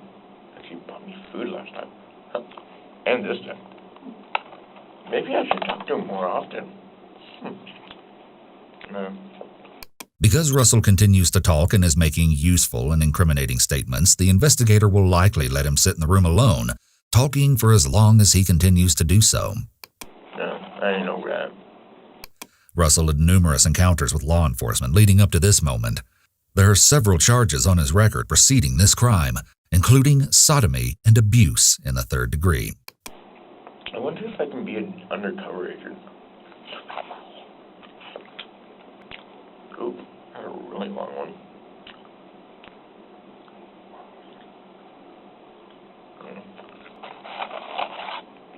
I understand, sir.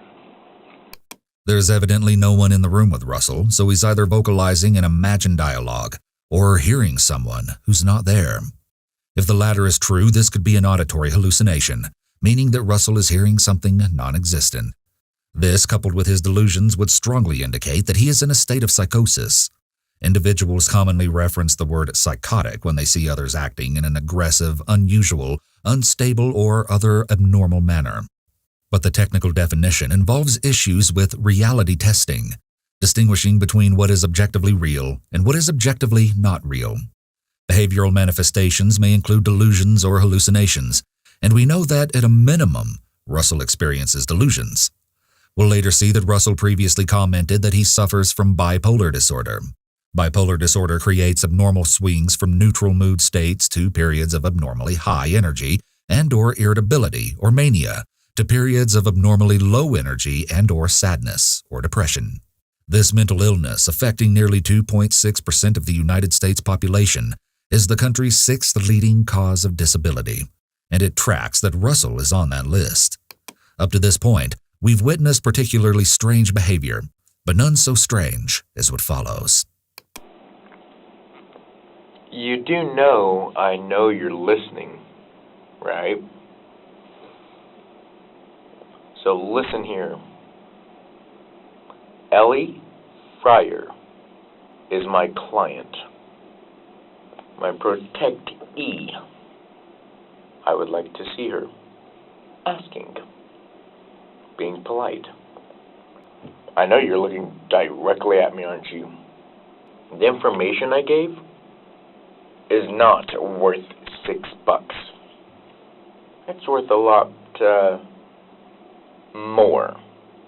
Russell behaves as though he's a supervillain. He's so removed from the reality of the situation that it may prove difficult to imagine the events that occurred earlier that day.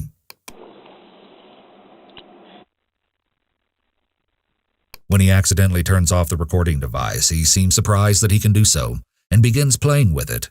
The gravity of the situation he's in is clouded, but we don't yet know by what. He's visibly happy with this new sense of control he feels by being able to turn the recording device on and off. Red means you can't hear me. Green, you can. Gavin and Ellie are to be released to me because the assault her father did the morning of the incident, defending a female. Now here's the thing. I know the cops' twisted little pathetic rule game. And actually, sometimes I like to think that I invented the rule book. I'm not exactly bragging, but I use reverse psychology, which makes me be able to... Russell steeples his hands, which is a gesture to indicate superiority over those you're speaking to. Make you think it's not Gavin, but in fact, your own kid, by reverse psychology, making you look like the lunatic. We can play it the easy way or the hard way. I'm talking nice. You got two choices. One, put a bullet through my head, or two, for all the evidence that I gave you guys, right there on a silver platter, right there, down to the last detail. Not one thing missing. A whole list, step by step by step. Even a third grader could read how easy that was. For one, Ellie is still technically a minor. Russell is speaking to the officers in a condescending tone and looking at a non-existent watch. He's under the delusion that because he has confessed every detail of the crime step by step, they owe him something now. You want to play hardball? I played baseball when I was younger. Huh? I wouldn't go there. And I know everything that I'm saying is being recorded, and I'm doing it on purpose. I can easily turn the speaker off and rant, and then you guys will come in thinking I'm a loony because you don't hear me. Here's the thing. I'm not the one with the donut fetish. Give a cop a donut, and he'll want a coffee to go with it. Give a mouse a cookie, and he'll want a glass of milk. Give a moose a muffin, and he'll want something else. But here's my favorite one. What is it when a cop car is towed by a tow truck? Pulled port.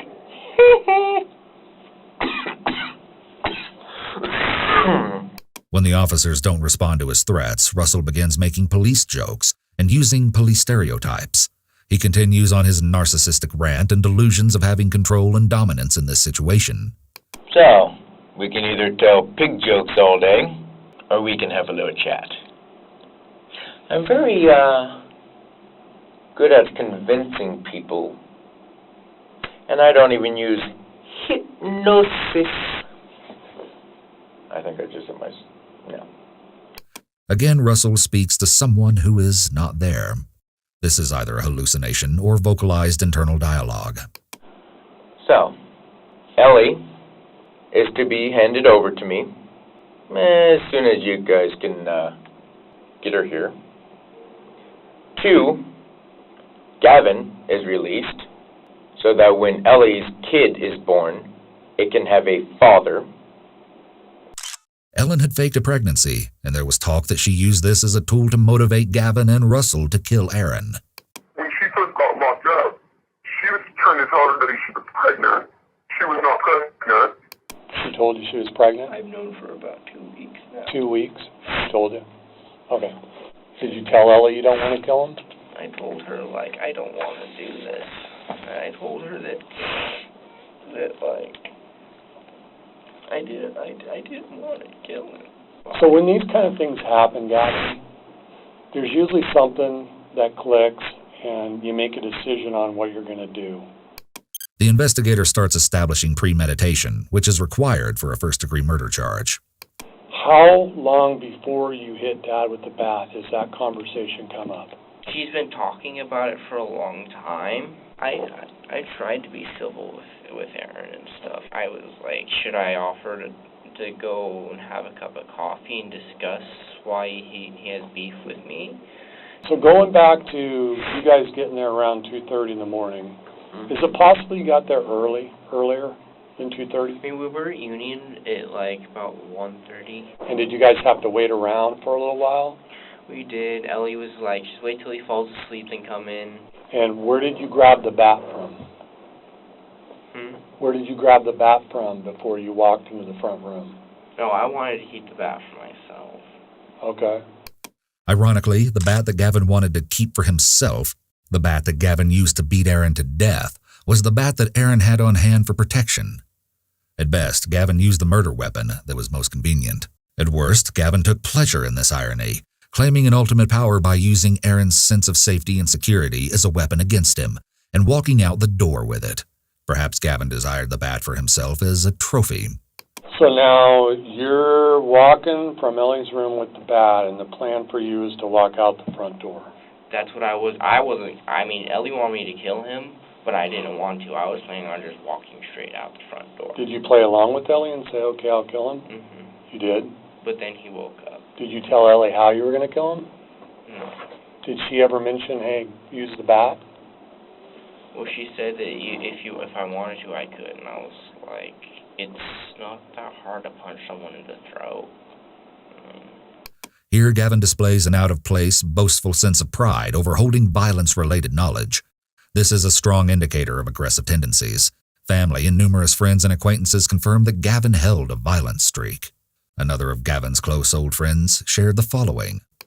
We used to get together and like play football or different things like that with a bunch of guys we knew. And a couple different times he ended up punching somebody, or like I think he broke his nose at one point. And then a couple other times, yeah, sort of unprovoked, kind of fight somebody at our youth group. It was more of just a one or two thing, and then he would walk away. It's not like he was trying to kill somebody at that time, obviously. An additional past friend described that Gavin displayed unusually aggressive behavior a week preceding the murder. Yeah. So last time I had seen him, we were just hanging out, like smoked a little bit. He wanted to like wrestle me. Like he's like, I know. He's like, I'm a black belt. Like we should fight. He's never really wanted to fight. So I didn't know if maybe he was like trying to get prepared for, like this obviously is like afterthoughts. Like, oh, that's weird. Like he wasn't very good at it. I don't think he was really a black belt. And it was just like, what? Caden, who had attended South Medford High School with Gavin, explained that everyone in the school knew that he was scary and seemed dangerous when he shared his friend's experience. He threatened one of my best friends, where he had actually sent a picture of a revolver to him, making the threat that he was going to, harm him. And then when they took it to the school didn't do anything about it. We've watched Gavin cry and state repeatedly that he did not want to kill Aaron. We've also heard friends and family share stories depicting that he was quick to rage, often searching for an outlet for his aggression, whether it existed in tackle football, playful wrestling, or defending his friends. It leads us to a question of whether Aaron was another one of Gavin's outlets. So she hands you the bat in the bedroom and tells you to go take Dad out. Okay, what were her exact words? She said go out in the front room, take him out, and text me and let me know when it's done. And to me, I was like, okay, so I guess she wants me to kill him, but I don't want to kill him. So you kick the bin and the dog barks. Where's the dog at? Sleeping on the couch with him. How do you know the dog was on the couch with him? Like, 'cause I was, like, when we were in the house, like, I heard, like, one of the reasons...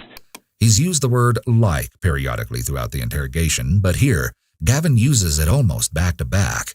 This is a notable deviation from baseline and a strong indicator of general stress, most likely nervousness in the context of the topic. Before leaving, because we heard him say, Sadie, move, and I was like, oh, okay. Because, like, he's probably disturbed a little bit. Is it possible, Gavin, that you hit him while he was asleep? I don't think so, no. Is it possible, though? It's possible he might have still been asleep. This eliminates any possible self-defense theory his lawyers might have wanted to use at trial. But I couldn't see anything. It was pitch black. What makes you think that he woke up? He was like, what the who are you?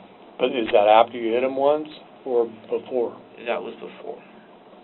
Okay. Earlier in the interrogation, Gavin had clearly described that Aaron woke up and, in turn, Gavin acted on instinct. He is beginning to contradict himself, but it's not long before we hear the full truth. Is it possible that he might not have said that and you just hit him while he was asleep on the couch? I don't know. I don't remember. Are you 100% sure he said, who's that? Or could you just be telling me that, thinking that, trying to minimize this, making it look a little better? Because I just hit him while he was asleep. And then okay, so if you're going to tell the truth, let's tell the truth all the way, okay? Okay, I'm sorry. Was he awake when you hit him? No. Yes or no? No. Okay. I mean, I wasn't wanting to kill him. But then the dog started barking, and I knew where I was. I just snapped because I didn't want to have to deal with him. It was after, like, the second swing, he was like, what the f***? And then... Was he ever able to get up off the couch, or did... No. And be honest with us. Don't try to minimize things. How many times do you think you hit him? I think I hit him about 6 times. 6 times? Yeah, 5 or 6 times. And were all those hits, where did you swing and hit him at? Like, his chest and his head. Okay. Ultimately, did he stop talking, stop moving? Mm-hmm. Okay. When did you turn the light on? Like, I stood there for a little bit. I don't know. It seemed like hours, and I was just like, what did I just do? Okay. Like, one time, we were at my mom's house. I told him to come inside. He wouldn't listen to me. So he went outside, and because my mom's in a wheelchair, pushed my mom down the driveway, and my mom fell back and cracked her head open. Oh my gosh. I know this might be tough, Gavin, but it's important to know. Can you stand right there for me? Right there. Stand up for me. And tell me that first time you swung the bat, tell me exactly how you swung the bat the first time. The investigator gets Gavin to reenact the actual murder, which helps both verify the confession and to show his actions match the evidence. This makes a false confession claim harder to get around. His couch is like right here. Okay. His head's right here. I'm standing right here, a little bit at an angle. And I went over the shoulder the first time, and then I started going up above my head. And the first time you swung it, it was over the shoulder? And all the rest of the times you hit him, did you come up over the top? Yeah. You work at Del Taco, right? Mm-hmm. Did you take some gloves from work? Yeah. Okay. I was wearing gloves, yeah. Are they light blue gloves, latex Yeah. gloves? And where did you put those on before you went out in the front room? I had those on the entire time because I didn't want to, I was really just planning on going in and out and trying to leave no fingerprints or anything, so. And these are the clothes that you were wearing? This that you have on? No. Where are the clothes? I went home and I washed them. Okay. Are they in the washer? Yeah. Is that over an almond? No, that was over at Bobby's. And I have a note here, but who's Bobby? Bobby Jackson is my best friend, and I'm his best friend. Been that way since like 6th grade, and Gavin kind of ended up joining us in that. Kyle shared that he, Bobby, and Gavin were close, but no one else who he interviewed mentioned that this trio existed.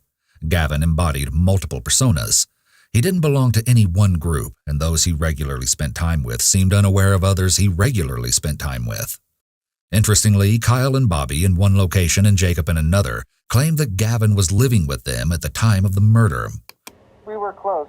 He was actually living with me and another guy and his mother when this all happened. Gavin's friend Christopher Snow had also reported that Gavin was his roommate at the time. Christopher spoke to the press the day after the murder, explaining he was shocked, disbelieving that Gavin and Ellen were at odds with her father.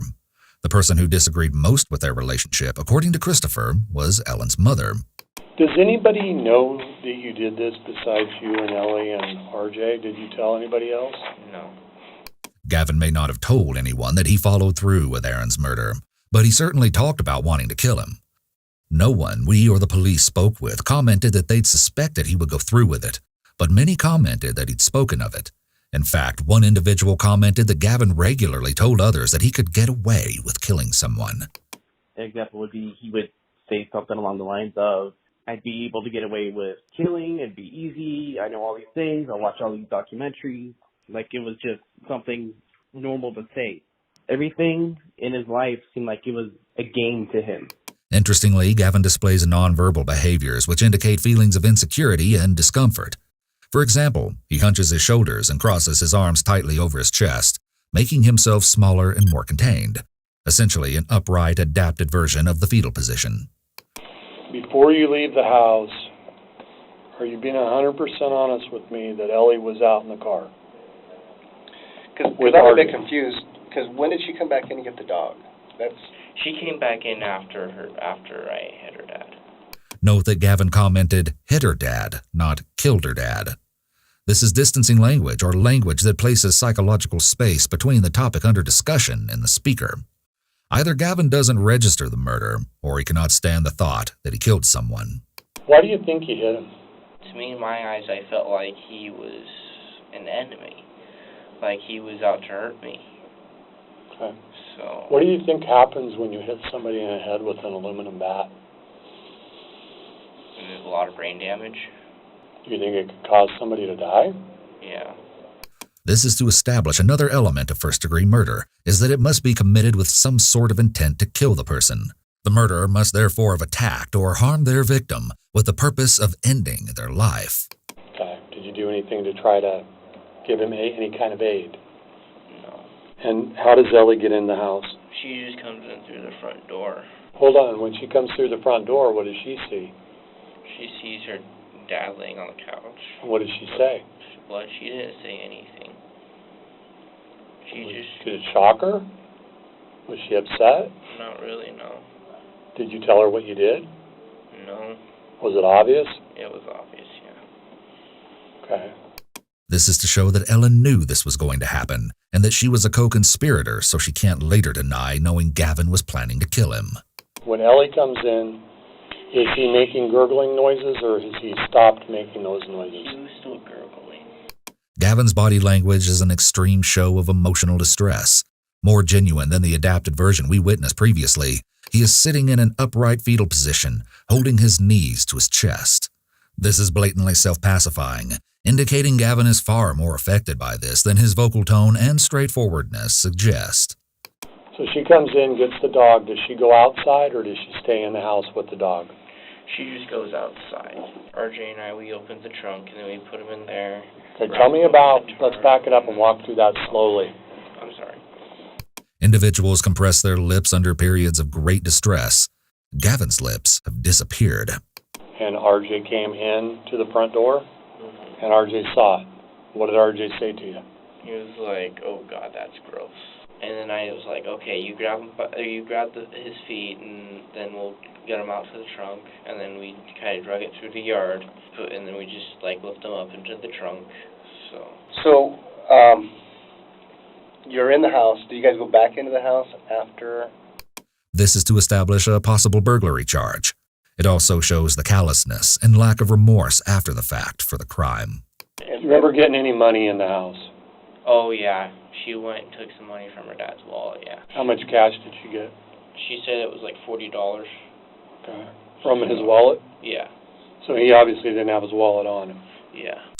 Ellen can argue that she planned this to protect her sisters, and she can argue that he abused her, but few words, if any, explain why she would possess any moral justification to steal from her recently murdered father. What was he wearing on the couch when you turned the light on? He was wearing a black Raider shirt and a pair of black shorts. Okay. When did she first bring up that she wanted her dad dead? Like after he slapped her. And How long ago? How long ago was that? Like, this was a week before she texted me about the... This shows that this specific incident of abuse was not the motive for the murder, at least not for Ellen. A prosecutor might submit to a jury that the likely actual motive for the killing of her father was him not letting his minor daughter and Gavin date. Okay, and then once, as that conversation developed, did you ever come to a what are we going to do with him afterwards? I mean, RJ was like trying to tell me, I have a friend, we can go up, leave the car there, he can tear the car apart, that way there's no car left. I'm very, good at convincing people. So when did you go to Bobby's house? Bobby's, I stopped by, I just, like, swapped clothes and I left again. No one was awake. So, and then you end up over on Almond Street. Okay.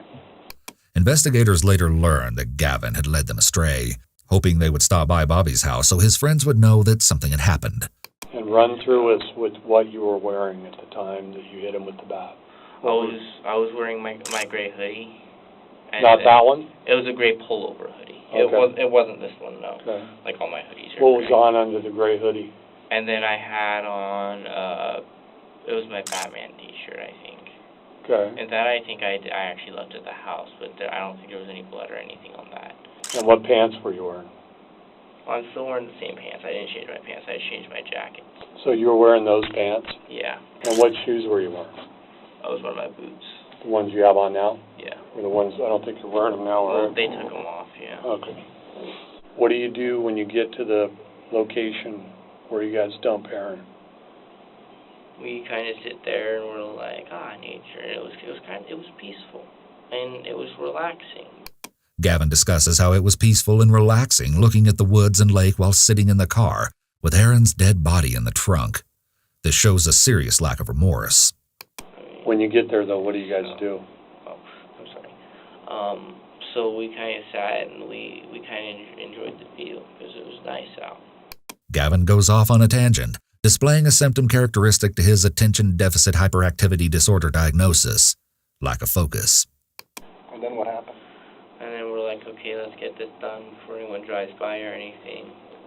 How did you get him out of the trunk? By himself or with the blanket? I kind of just went up and grabbed him by underneath the shoulders and lifted him. Okay. So, and then RJ kind of like picked up his legs. It was the blanket pillow and all, and then we just like let it roll and it kind of wrapped itself up. So when it was rolling down the hill, the tarp wrapped itself up around him. I kind of tried to wrap him up a little bit, like cover up his feet. The investigators keep a cool head while Gavin describes throwing Aaron's body off the embankment, along with some trash. Is there still any blood in the trunk? I don't know. I think there's still some on the outside because he was kind of leaking everywhere. Okay. And then where do you guys go from there? And then we were like, okay, which way to Walmart? And that's when we went to Walmart. Where does RJ stay? He just stays outside and smokes. And where did he get those cigarettes? Those were her dad's. Remember what kind of cigarettes they were? They were Camel 99s. Okay. Ultimately, you and Ellie go in, you buy some junk food. Did she buy a pregnancy test? Yeah. Then you guys come out of Walmart. And we were going to SSI, like, Ellie and I went upstairs because she had to use the restroom. And she also was going to check out the hair dye, so I gave her the hair dye, she went to the bathroom. She came back out, was like, this is the wrong stuff, we need to go return it. We went back to Walmart, and we got the refund of $9.77, was the refund. And then we go back out. Picky about makeup and hair dye, sneaking out of a bedroom window to see a forbidden older boyfriend, and conspiracy to commit patricide. One of these things is not like the other. One of these things just doesn't belong. Gotcha. You need something? Bathroom water or something like that? Can I get some water, please? Yeah. You want a soda or anything? No, you guys have Mountain Dew. Yeah. Okay. You want to do? Yes, please. Okay. I don't understand why you guys are being so nice to me. I mean, I guess you do something. Okay. We'll be right back. We'll be right back. Gavin is offered a drink, and he states how nice the police are being to him, showing that the Reed tactic they have employed has worked well, and they're seen as allies to him.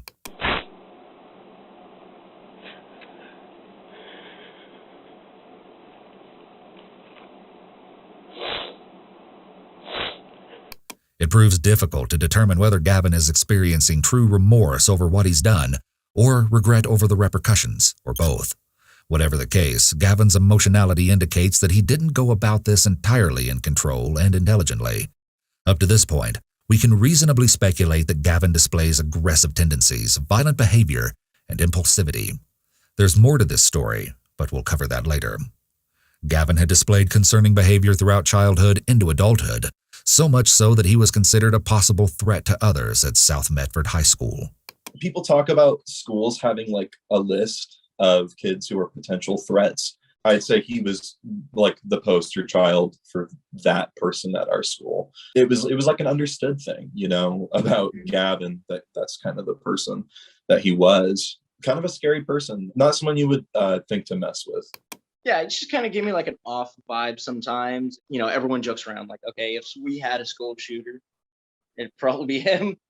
Anything concerning with Gavin? Yes, we did a threat assessment, a threat to others assessment. I can't remember when. He grabbed a student's breasts and was inappropriate on a few occasions. We also, I believe, did a risk to self assessment on him at least once, like that he'd said he was going to kill himself. Yeah, something split in his head, man. Something he cracked.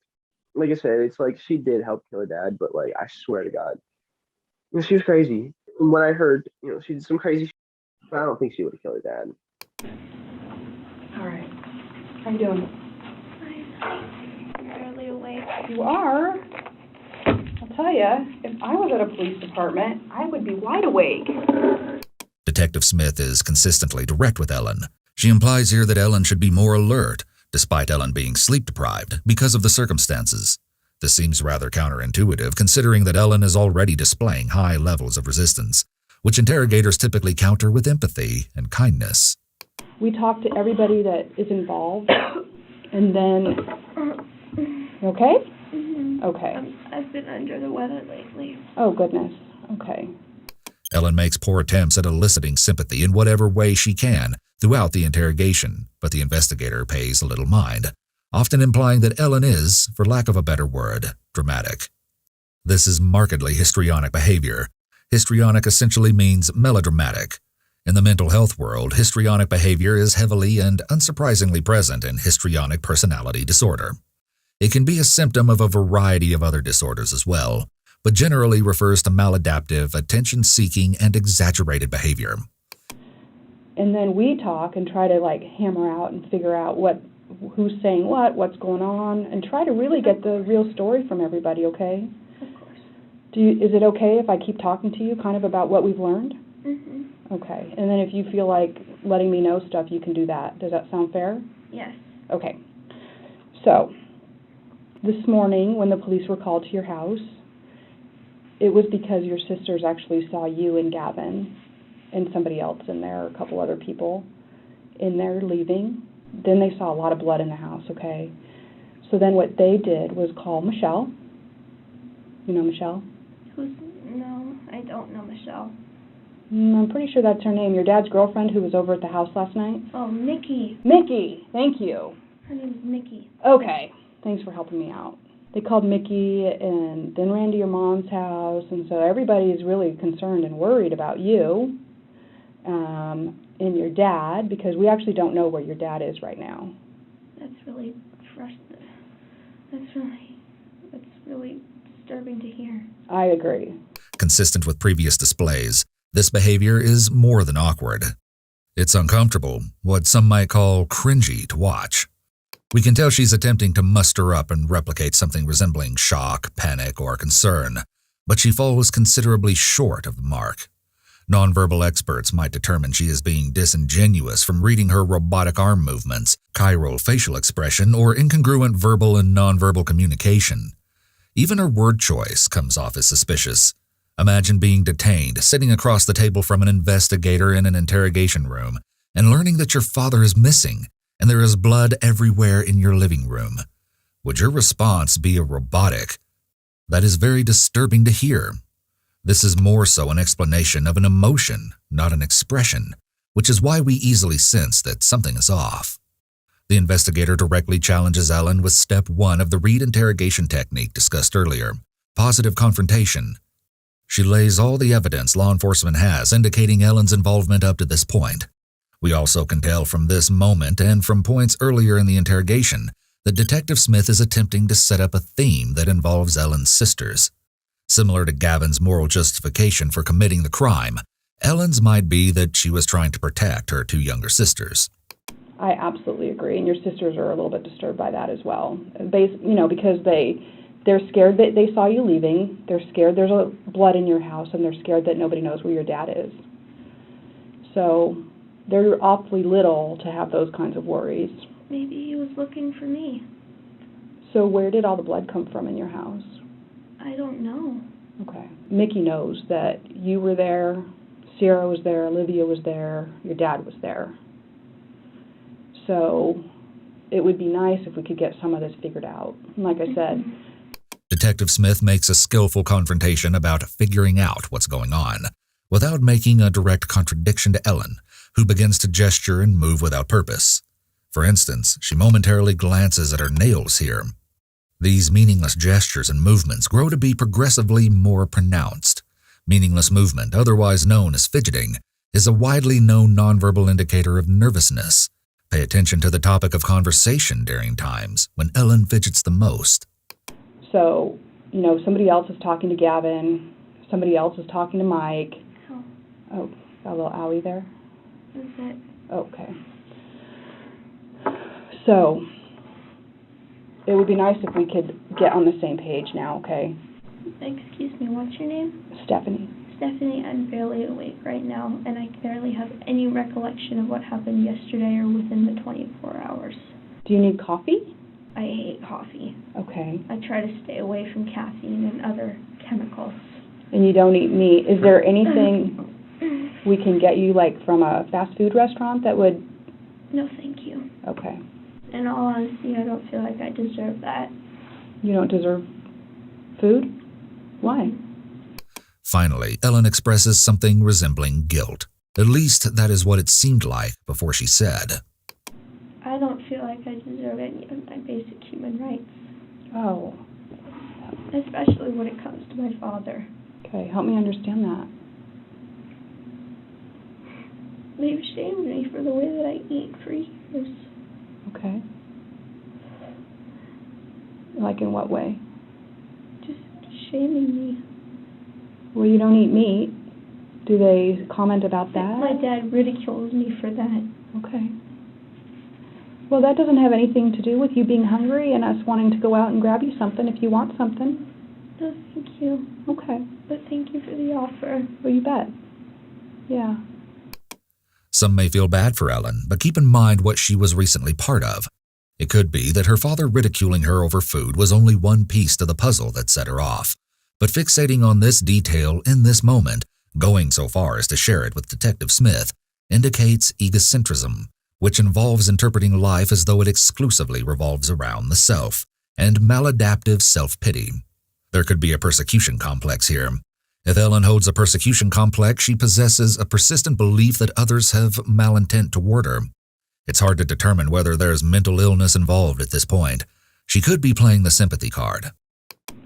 Tell me about Gavin being at the house this morning.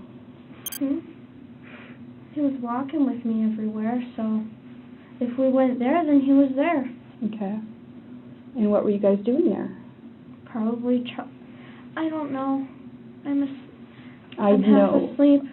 Again, I am absolutely not trying to sound rude, but some things I just kind of have to lay out, okay? I understand. Are you an AP student? Yes. You take AP classes? Mm-hmm. Taking AP classes, you've got to work really hard in those classes, and I know that. Okay, so I know there were times you were really super tired and you were still studying. So for you to sit here and tell me how tired you are and you can't remember, I feel like maybe that's just an excuse because you don't want to talk about something that's super hard to talk about.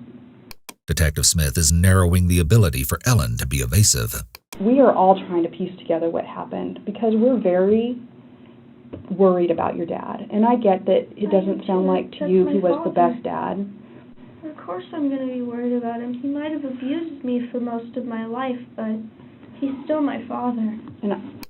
Ellen uses every opportunity to sneak in a comment about how her father was abusive. Again, we re-arrive at the idea that Ellen is not fully aware or functional during this interrogation, only because she is so poorly lying and concealing her negative feelings toward her father, which would, as Ellen might logically reason, add to motive. She's reportedly intellectually gifted. It raises a question as to whether Ellen is attempting to pull off shock or whether she's a 15-year-old struggling to comprehend how to get out of a bad situation. So one of the things that has also happened is South Medford High School has a school resource officer, and apparently you're still a student there. And you had like a band thing this weekend, and your dad came and picked you up from the school at like 3 a.m? Ellen coughs nearly every time she takes a drink and looks up to Detective Smith to see her reaction. This is histrionic, dramatic, and pity-seeking behavior. But it also occurs each time the conversation becomes more heated. Note that Detective Smith is quite direct in her confrontation in this moment. Are you going to choke on your water? It worries me. My throat's burning right now. Okay. Well, you're welcome to drink the water, but if it's going to hurt, maybe give it a little break. Does that sound okay? Anyway, have you met Officer Jackson? He's a school resource officer at South? No. Okay. I haven't. So Officer Jackson says you are a current student there. Why would Officer Jackson say that? I don't know. Because you're a current student there and you're kind of pulling my leg a little bit. No. And that you're in band. I do know about a lot of underage people having marijuana, though. Okay. Well, that's probably a dime a dozen these days. Ellen makes an additional attempt to divert attention away from her wrongdoing onto someone else's wrongdoing. This is otherwise known as deflection, and it's Ellen's favorite type of defense mechanism. I've had temporary amnesia in the past. There was a couple of instances where I have passed out and lost my vision and my memory. Okay. And it was when I had a throat stone. Do you have a throat stone right now? No. That was a while ago. Okay. So when you have this temporary amnesia, who takes you to the doctor? I don't really talk to anybody or reach out. You would certainly tell your mom or your dad if you have temporary amnesia. I feel like I can't really go to them for anything. I feel like I'm a bother. Where's your dad? I don't know. If you needed to get a hold of your dad right this second, what would you do? I'll call his cell phone. What's his career, or what does he know how to do?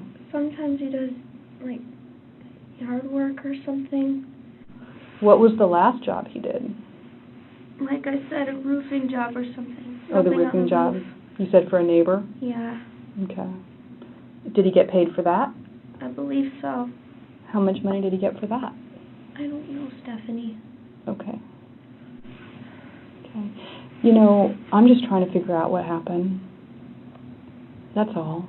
I'm trying to piece together everything right now. Well, so far you've told me you're 18 and your name is Rain. And I'm here to tell you, you're 15 and your name is Ellie. Okay, maybe you go by Rain. Do you go by Rain? Yes, Okay. Rain and Rose.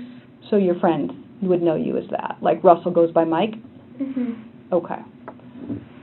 Note that while Ellen has allowed Detective Smith to state that her name is Ellie and she's 15, Ellen has not accepted blame or outright acknowledged that she was lying. Ellen's lies surrounding her identity could indicate that dissociation is present. Ellen would be in a state of dissociation in this moment if she's protecting herself by psychologically separating herself from something, in this case, her identity. Separating oneself from one's identity is a form of dissociation termed depersonalization. For example, she wants to be someone else who did not conspire to kill her father and potentially go through traumatic abuse. Rose. They call me Rose. I'm so out of it right now. I haven't taken any drugs. Okay. You can test me for anything you'd like. Okay. Rumor was that Ellen began to dabble with THC and nicotine once she reached high school, following the occurrence of a specific taboo incident. Literally, her and some kid, like, did it on the bus, got, like, in trouble for it. After that, she, like, started, like, smoking and, like, doing bad things. Based on accounts of others, evidence is mounting that Ellen's problem behavior emerged at around 14 or 15. 50% of all mental illnesses begin by the age of 14. I've told you, Sierra saw you at the house with Gavin this morning. Olivia saw you at the house this morning with Gavin and a couple other people.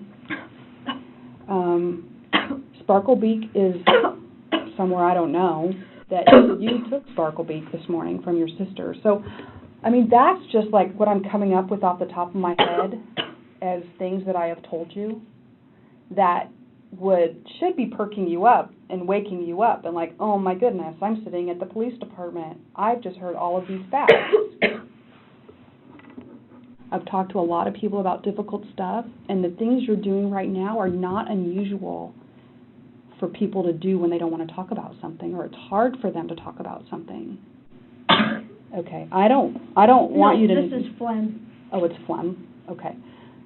I don't want to take your water away, because if you want it, you need it, but you also keep worrying me about every time you drink it. It's all back in my throat now. Okay, you're good then? Okay. All right. What was Gavin doing at your house? Walking around. Okay. Doing what, though? Walking around. So what was Gavin doing in there then? If he was there, then and my dad let him in, I wouldn't have let him in without talking to my dad. Well, you were there too, because you were packing up. Packing up?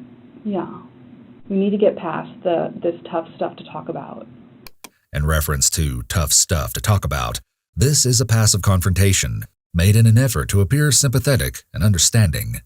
Saying I don't remember, saying I'm tired, saying any of that is a cop-out. So the truth is a cop-out. So what's the truth? I don't remember. I'm so out of it. What do you think Gavin and Mike are saying? I don't know. You want to see a magic trick? Hocus pocus. Okay. I have no idea. This is an obvious ploy to play the prisoner's dilemma. Law enforcement regularly utilizes the prisoner's dilemma to coerce drug dealers into ratting each other out. Technically, it occurs when two parties each make self-beneficial decisions, which result in a less than ideal outcome for both. Do you think they're being honest? Yeah, I've known them to be honest people. I know that Gavin knows the police force here. Who's Mike? More Gavin's and mine friends. Okay. More Gavin's, but... Detective Smith has made a sliver of progress. She's gotten a small foot in the door. The foot-in-the-door technique is used to counter resistance in interrogations.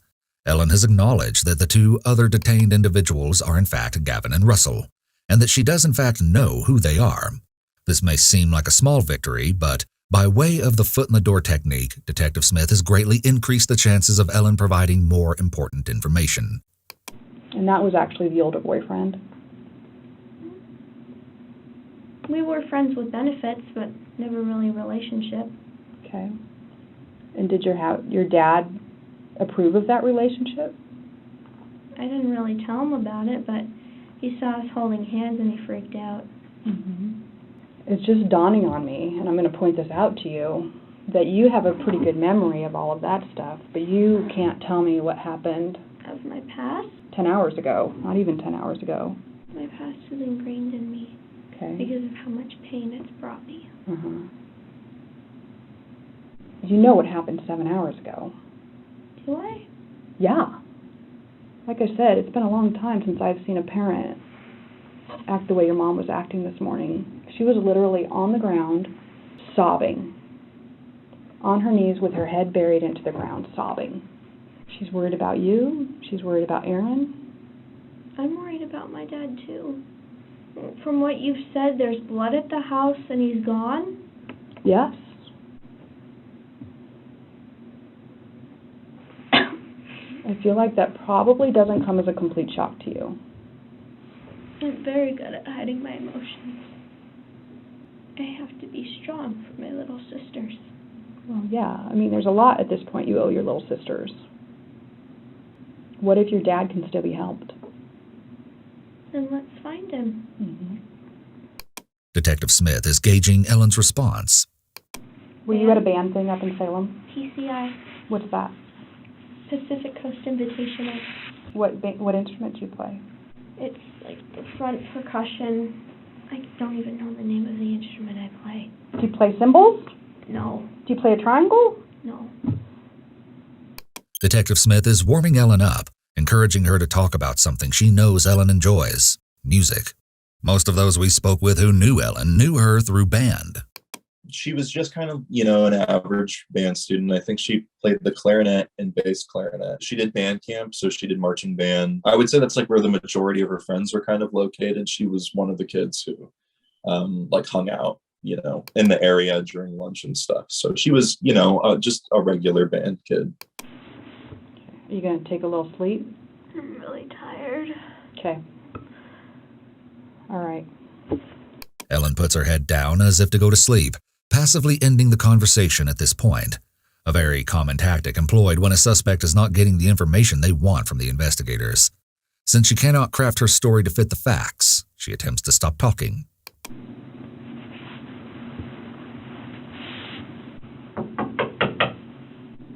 Excuse me? Can I get some nausea medication? Some nausea medication? There's a garbage can right there, okay? No.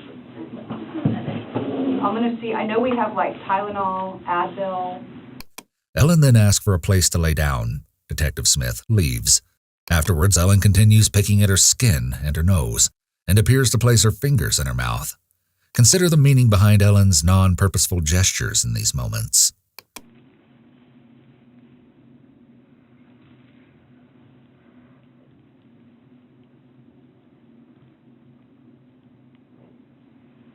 Although Ellen appears guiltless at times, her physical ailments may be legitimate somatic manifestations of her guilty conscience. Okay. I found blankets. Is that fine? She knocks on the door. An officer comes by and Ellen asks for the restroom. I'll have to get a few minutes for you. 1 second, okay? All right. The officer then leaves. She's avoiding her surroundings any way she can. Sleep, leaving the room asking for nausea meds, which will likely make her tired and sleep. This is a common avoidance triad often used by suspects. Hi. Do you need to use the restroom? Yes. Okay, come on. Ellen is getting bored. This is a common tactic we see, where a suspect is left alone in an interrogation room and they become bored and anxious. The goal is to convince them that talking will get them out of there sooner, leading to a sort of reprieve, both physical and psychological. Detective Smith returns. She brings paper and crayons. While this is seemingly infantile for a 15-year-old girl of allegedly sound mind, it could be her drawings will be examined for indicators of evidence, state of mind, or other information.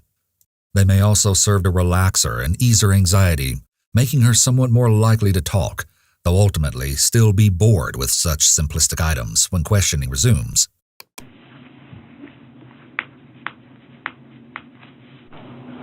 Hi. A mermaid? Not very well. Well, I know what it is. And a pretty treat. Okay. Detective Smith reminds Ellen of her rights. This is common whenever there's been a break in questioning. So, I know Gavin was at the place at your house this morning. I know your dad saw him. I know Mike was standing outside of your house. I know you guys went down to Gavin's house on Almond. I know that you moved the car around. Okay? I want you to know that we know what's going on. And the bottom line in all of this is, why did all of this happen today? She's searching for corroboration. Why did all... I'm sorry, can I get some more water? Yeah, you can. But you haven't been doing this stuff with your throat since I've left. I mean, playtime's a little bit over. So why did this happen today? In response to Detective Smith's question about why did this happen today, Why today? Ellen asks if she means her plans to run away. Why did I try to run away? But Detective Smith quickly closes down this denial by stating, You know that's not what I'm talking about. this is an indirect confrontation, purposefully left vague to encourage the suspect to speak of the crime in their own words. Why was Gavin at your house? Why was Mike standing outside your house, or Russell, or whatever you call him? Why did you guys go down there? Why did you guys end up out on Highway 140? Well, I actually know the answer to that. We're not playing anymore. We have the facts. Detective Smith insists that they have the facts. They have stories and statements, but they don't have facts. This is common misdirection, and at this point the questioning will get more direct and targeted. Detective Smith is done playing games, and Ellen knows it. Can we start from the beginning of your side now? We have other sides. Yeah. What I don't have is your side, because you've been messing with me all morning. Can we have your side? Yes. Tell me your side. Where should I start? Have you been taking clothes out of your house? Yes. Okay. Start there. Well, my situation with my father abusing me had gotten worse. So I was looking for a way out. So I started a plan to run away. So I started transporting all of my clothes to Gavin's house. Note as Ellen talks, she also keeps scribbling with the crayons. She's splitting her attention to avoid the interrogation as much as possible. All of that blood that your sisters walked in on is your dad's blood.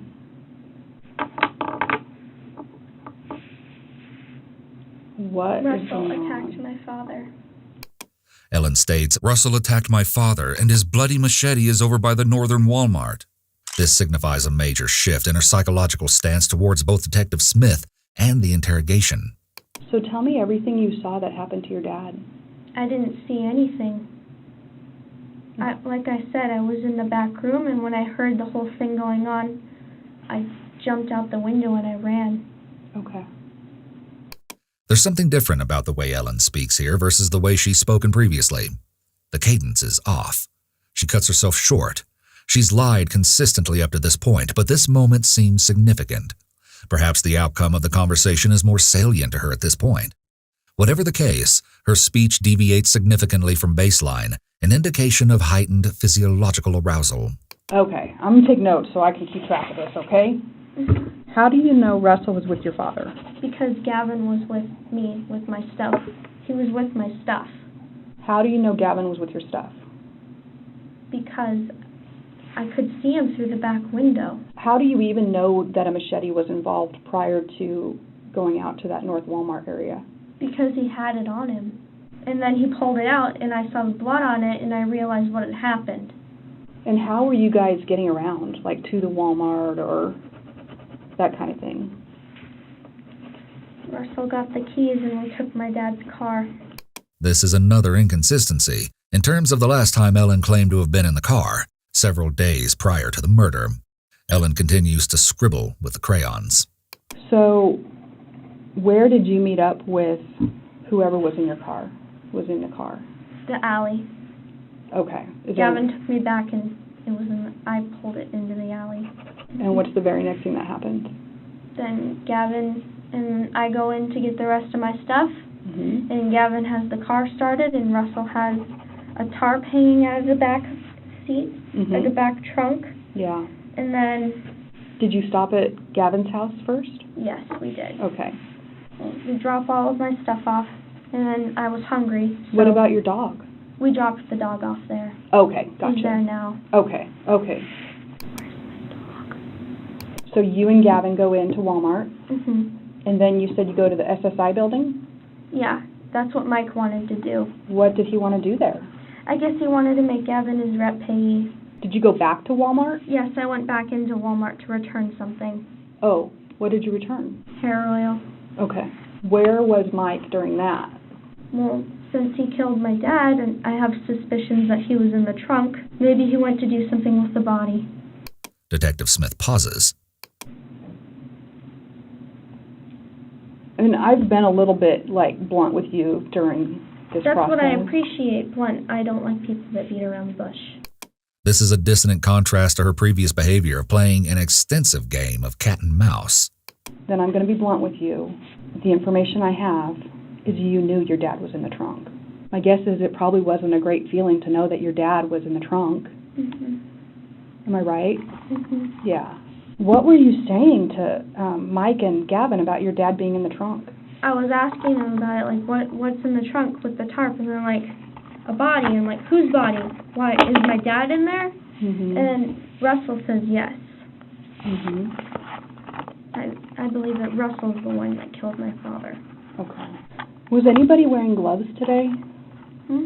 Russell was. Okay. Were you? At one point, yes. I think, because Russell was the one that insisted that I put the gloves on. And then what happened? You put the gloves on? I put the gloves on. We go to Walmart. So when we get the video footage from you in Walmart, we're going to see you in latex gloves walking around? I didn't put them in my pocket, then yes. Okay. Did you help with your dad out on 140? Because that would have been hard too. 140? Yeah. We have found your dad, and we know he is dead. And we know that you and Gavin were there when he was taken out of the trunk. That's just things we know, okay? They did pull over somewhere. That must have been where it was. Yeah. And then Russell threw the body over. How did that make you feel? Whether a suspect expresses remorse or is perceived to express remorse, it may influence severity of sentencing. A defendant who confessed and appears remorseful is more likely to avoid the death penalty. I felt really bad. What did you say about it? I yelled. I blew my top off. What did you yell? A lot of things Like that I regret. Tell me an example. Knowledge of the crime now has been clearly established, and Detective Smith is working towards establishing elements of both the crime of murder and additional crimes like conspiracy. I hate using swear words, but I was so mad that I used just a bunch of swear words. To who? Mike. More than not feeling, Ellen struggles to identify emotions that would fit this moment, stating that she was using a bunch of swear words when Gavin and Russell, or as Ellen tells it, just Russell, were throwing her father's body off the side of the embankment. One of the things also out there by your dad is the baseball bat. A baseball bat? Is that what he used? Because my dad kept a baseball bat by the front door for protection. Okay. As a reminder, compare Ellen's behavior throughout the interrogation to the behavior Detective Smith established at the beginning of the interrogation. This behavior is similar to what Ellen was expressing when Detective Smith collected Ellen's baseline. Her paralanguage and micro-expressions are similar. Where is that baseball bat now? Well, you said it was found, so he must have saw it and used it along with the machete, because the machete did have blood on it, and it was dried. How do you know it was blood? It was red. Okay. Like dark red, dried blood. I know what dried blood looks like. I'm a woman. Okay. And tell me about what the baseball bat looked like. It was dark. It was a black metal baseball bat. The information we have is that you actually threw that baseball bat up into the tree. What? But I was in the car. Well, I'm a little bit thinking maybe you weren't in the car. She is digging deeper into the extent of Ellen's participation in the crime. The whole time, she remains sympathetic and calm with Ellen. Did you put it up in the tree? I kicked it. I don't know if I kicked it. That's why my like here. I have a line. Oh, wait, let me see. You have a line on your foot from kicking the baseball bat? Okay. I don't know if you can tell. Was he making any noise or anything? No.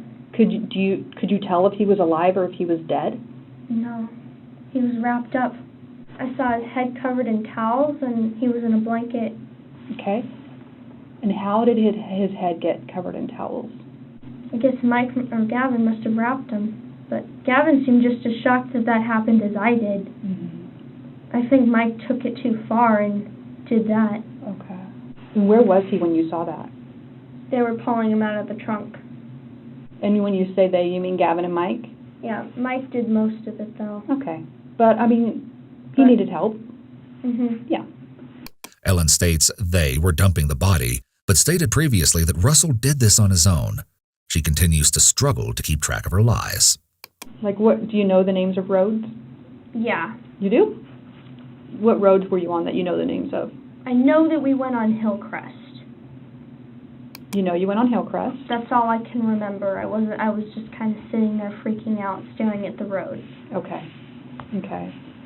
So however way you're on Hillcrest and then you get out to the road where your dad is taken out of the car? Okay. Detective Smith employs a variety of active listening skills. Active listening encourages individuals to discuss difficult topics. Detective Smith additionally attempts to recreate the route taken to dump the body. This is another part of the narrative that will be important to the DA's case against the suspects. It will also help corroborate times and locations. So Mike and Gavin were out. They tell you to get out. They tell you to do something? What? Throw things over. Gavin handed me the baseball bat. Somebody handed you a shirt? A pink shirt. Was it pink because that was its normal color? Yeah. Okay. Did it have blood on it? If they must have thrown it out, then I guess so. It was all bunched up. They felt like it was a problem, so they wanted to get rid of it? Okay. And then what do you see next? I see Mike particularly push it down. Like, it goes, I saw it go over. Did you see your dad's face? No. While this seems an odd question, it goes to knowledge of the circumstances and would confirm whether any or all suspects disposed of the body, or if they only disposed of other items at that time. Okay. But then they drive away, and then Mike gave Gavin directions as to where to leave the car. I don't remember where. Somewhere hilly. Ellen fiddles with a wristband, another meaningless action and indication of physiological arousal of some sort. And so then what happens? Well, I got my speaker back from a friend. Who was that person? Jeff. Did you guys tell Jeff anything about what had been happening? No. Law enforcement stopped by Jeff's house and discussed exactly what had happened. I asked how they were doing. They said they were doing fine, and they were smiling. Gave them the speaker, and I said, all right, well, I gotta get back inside. Gavin gave me a hug, and then they left. And then we got detained. So tell me about your relationship with your dad. Well, he used to be a good father, but he started getting abusive about 3 years ago. And you had told me about a time he called you mean names. Has that happened more than once?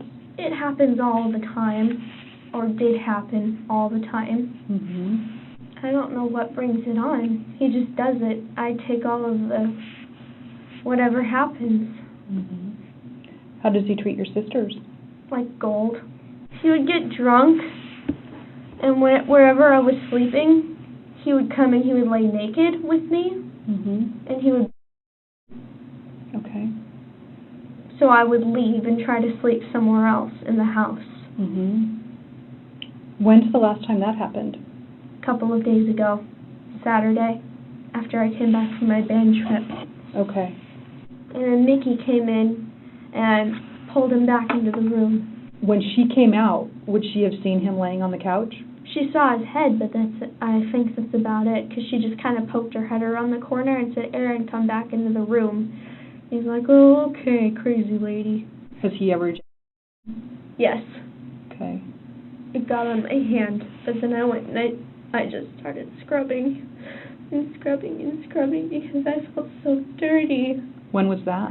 And so ashamed of myself. Like, right after I turned 15, like in the new year. Okay. I felt so ashamed of myself. Mm-hmm. So dirty. Why would he do that? Why would he do that to his daughter? Mm-hmm. Father shouldn't do that to my little girls. You're the first person I really told about this because it's hard. Mm-hmm. It's hard. It's breaking me down because I just suppress those memories. I never told my mom about it, and she's going to be angry when she finds out that I had it. Well, what does Gavin think that your dad's doing? He knows that he's been abusive towards me. As far as the name calling and the grabbing physical you? and the emotional abuse, but not. Would you call this abuse? I'm not sure. Well, I think different people have different definitions, so that would certainly be up to you if you think that. I'm not sure what to call it at this point. Do you want me to find tissues for you? I'll be fine. This jacket is waterproof. Okay. I think we'll have somebody bring us in some tissues, okay? Because I know this is hard to talk about. I know. Why me? Why did he do it to me? I have no idea what he's done to my sisters. Because Ellen has been consistently dishonest, many of us may question whether her behavior is an outlandish form of deflection and diversion at this point. As this line of questioning progresses, Detective Smith hears about possible motives, but again, it's unclear that any of Ellen's claims are true. He had said this girl was being abused, possibly by her dad. The other thing that he had said is that she had a boyfriend that the dad did not approve of. So that's also why we're kind of like, is she really being abused, or does she just just wants to date who she wants to date? I just want to know why he did it. Why he thought it was okay. Because there was a few times when he was sober and he... I just don't know. It's okay. You can be upset. I'm having a breakdown and I'm really sorry. You what? I'm really sorry. It's okay. I mean, are you sorry you're crying? My dad would hit me when I cried. She is clearly distraught here. Recall Gavin's less blatant self-hugging nonverbal in his interrogation. Plan is to get her bags and get her the hell out of there. Believe it. This seemingly insignificant posture is a prominent tell that individuals are emotionally distressed in some way. A new nonverbal indicator, even more telling if interpreted with Ellen's pacifying self-hug, is that Ellen is raising both shoulders high up to either side of her ears. This is also known as the turtle effect. Turtles recede into their shells to protect themselves against threat, and we can imagine that if Ellen had a shell, she would be tucking her head into it right now. Oh, so much. So much tears. Well, I'm just going to give you a minute, okay? I'll only be gone for a second. I'll be gone long enough for me to find you a tissue, okay? Ellen appears to be experiencing genuine surges of emotion well after Detective Smith has exited the room. She alternates rapidly between highly distraught to neutral expressions. Recall Jillian's statement about Ellen's rapidly shifting moods, which we discussed more accurately resembled rapidly shifting emotions.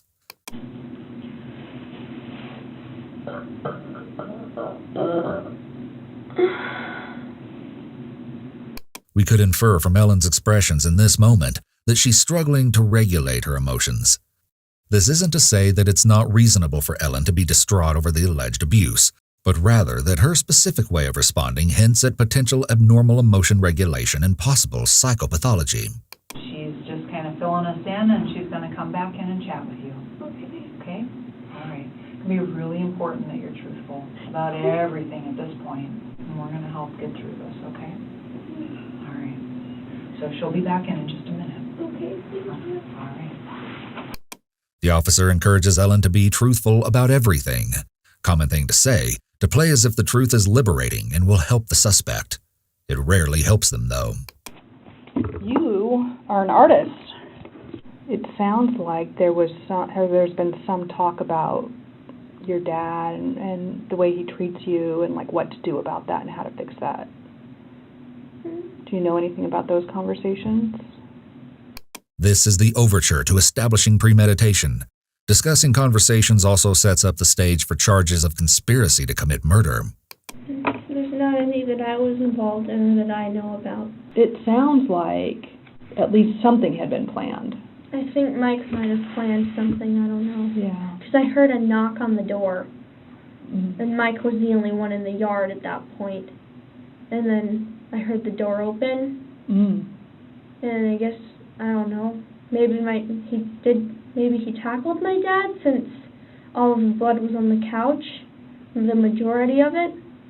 At least from what I saw, I don't know.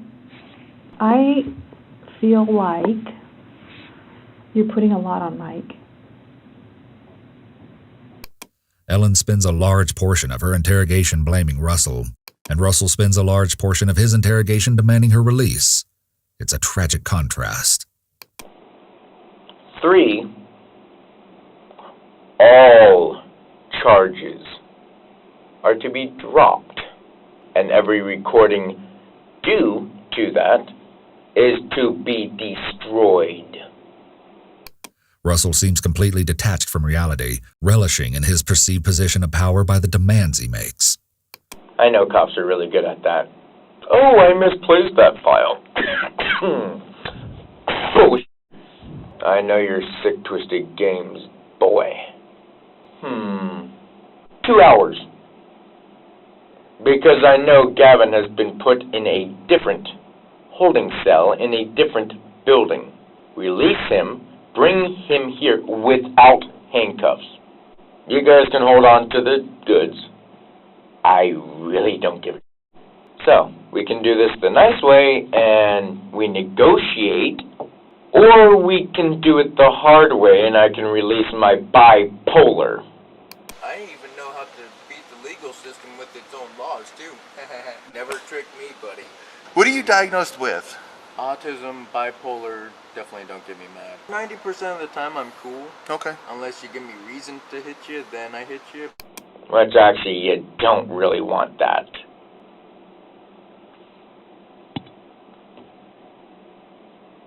He seems to grow increasingly frustrated when none of these tactics gain traction. So he next tries setting a time limit to which they must comply, and arrogantly turns off the recording, gesturing to it as if it's some sort of standoff that the police are actually contemplating. Okay.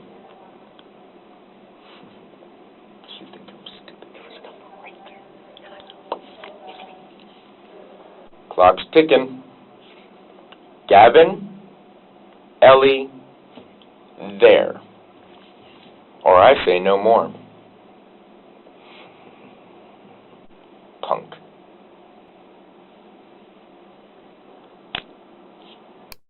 These are nonverbal signs of aggression and dominance.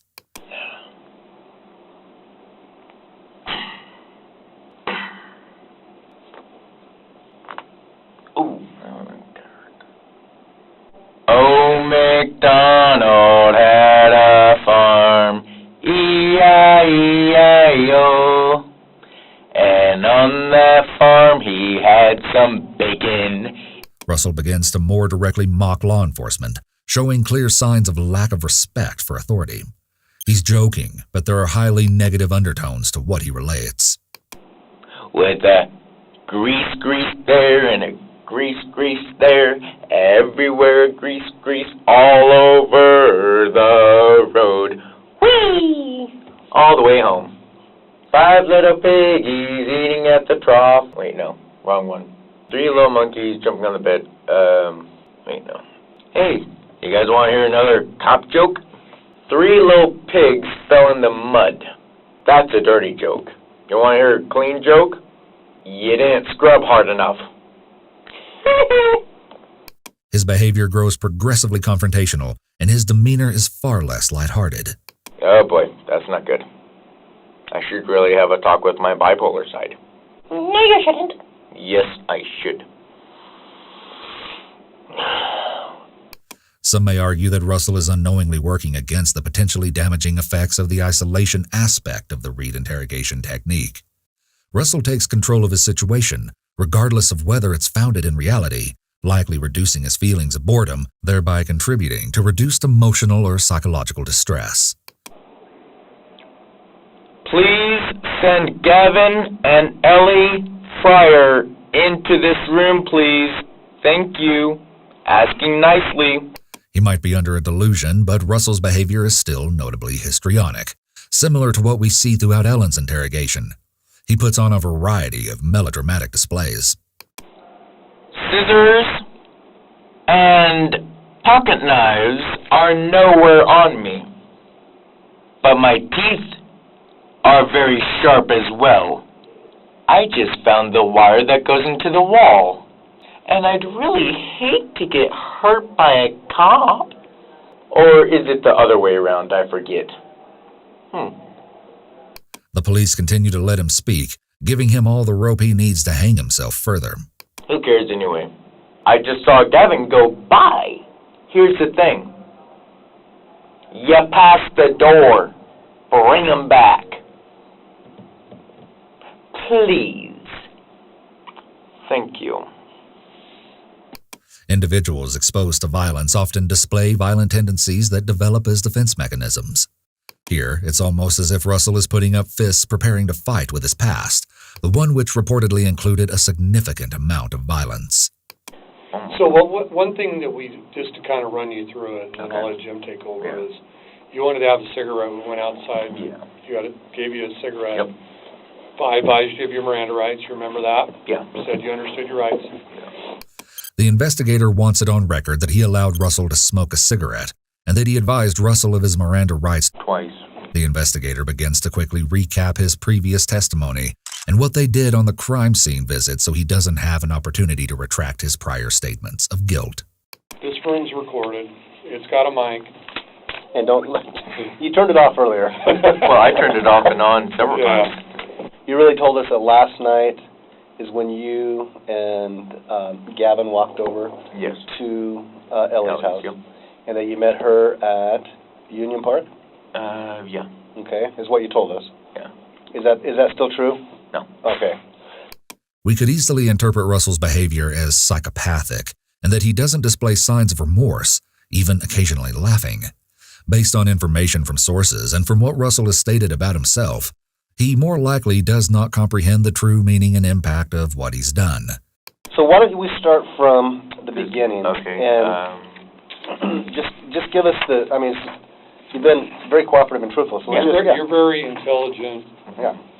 Russell is more likely to respond by continuing to be truthful because he may wish to be perceived as intelligent. That was part of his problem, is because he can hold an adult conversation and you think, wow, this kid's pretty smart. Right. But it's not because he knew what he was talking about, it's because he memorized what he had read. So we headed over. We waited across the street, down the alley. We were waiting there till she texted saying that he's asleep. So I started wanting to head over, and right when I wanted to head over, she texts. So it's almost like she read my mind. So we headed over. He went through the gate, because we were going to go through... When you talk about he again? Gavin. Okay. Went through her window. I followed shortly after. Kind of nervous about it, but hey, it's what I do for a living. We got all the bags loaded out, and she said that she's going to grab the keys and pull the car around. While Gavin, I say, talks to the guy, but that's far from. There is widespread belief that individuals on the spectrum cannot distinguish between moral right and wrongness. Contrarily, individuals diagnosed with autism often possess an even greater conceptualization of right and wrong. In Russell's case, he seems to have an extreme idea of what is right in this situation, believing that what happened to Aaron was fully justifiable. Did you ever climb through the window? No. Okay. No, I only went through the front door. Afterwards? Yeah, after the beating. Okay. Just as Gavin told investigators that he hit Aaron instead of killed. After I hit her dad. Russell tells investigators that he only entered the location after the beating versus after the killing or the murder. This, again, is distancing language, essentially psychological avoidance. So earlier, at this point, what you told us was her dad came in with a gun and threatened him? That part was not true. Okay.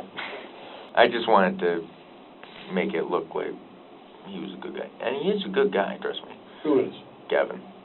So when you went in, what did you see? Very scary face. I think what you originally told us, that his body was still twitching when you got there? Yeah, he was dead. Gavin checked his pulse and everything. It was still moving due to the gases and stuff and the chemical mixture within the body. Okay. I went through the front door, went straight to the bathroom. Okay. Because I was like, Okay. dead body. What we're learning Yeah. is something that Ellie has been wanting to happen for a while. And that the three of you guys have been having those conversations. I was not in the planning of killing him. What he says here contradicts his prior testimony, the evidence, and Gavin's testimony. We've been talking about like moving her out several weeks, and then the big finale was make it look like he kidnapped her. He calls the plan to make it look like a kidnapping, the grand finale, once again showing no remorse, almost as if this is a movie or novel plot. And put him in a car. Gavin would drive over state line to California. I was going to do... You guys are going to tie him in the front seat of a passenger car with Yeah. him alive and drive him across California? Yeah, that was my idea. Okay. Killing was not my idea at all. Did you know going over last night, That Gavin was going to kill him? No. or assault him? Well, probably assault, but I didn't expect him to actually kill him. Just like probably a few broken ribs or something. I mean, is that something he talked about? He talked about killing. Russell was aware that murder was a possibility. Under the law, he would have already been guilty of felony murder, which is when, in the commission of a felony, like aggravated assault, i.e. assault with a weapon here, or burglary, if one defendant kills the victim during the commission of another felony, even if it wasn't planned, all defendants can be charged with the murder. I tried to talk him out of killing him. But when they talked about it, what did they propose to do? Take him over state line, cut the brakes or whatever, make him go into a gas station. Man, All kinds of things got talked about? Yeah, but I always popped holes in every system. Did Ellie ever come out and say he's going to take a bat and do this tonight? No, she just said that she... Gavin says that she handed him the bat.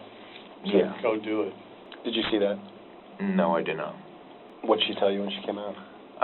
She said that she's going to go around the block, grab the car, give the signal, and Gavin would go take care of business. So you knew when she had the car that Gavin's going to take Well, I didn't know that he was going to kill him, but like, just, I thought take care of business as in like hurt the guy. Okay.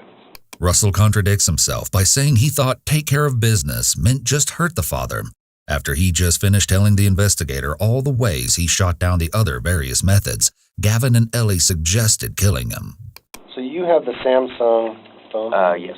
The red and black. The red and black one? And did we find that on you when we stopped you? Yes. And is that passcoded?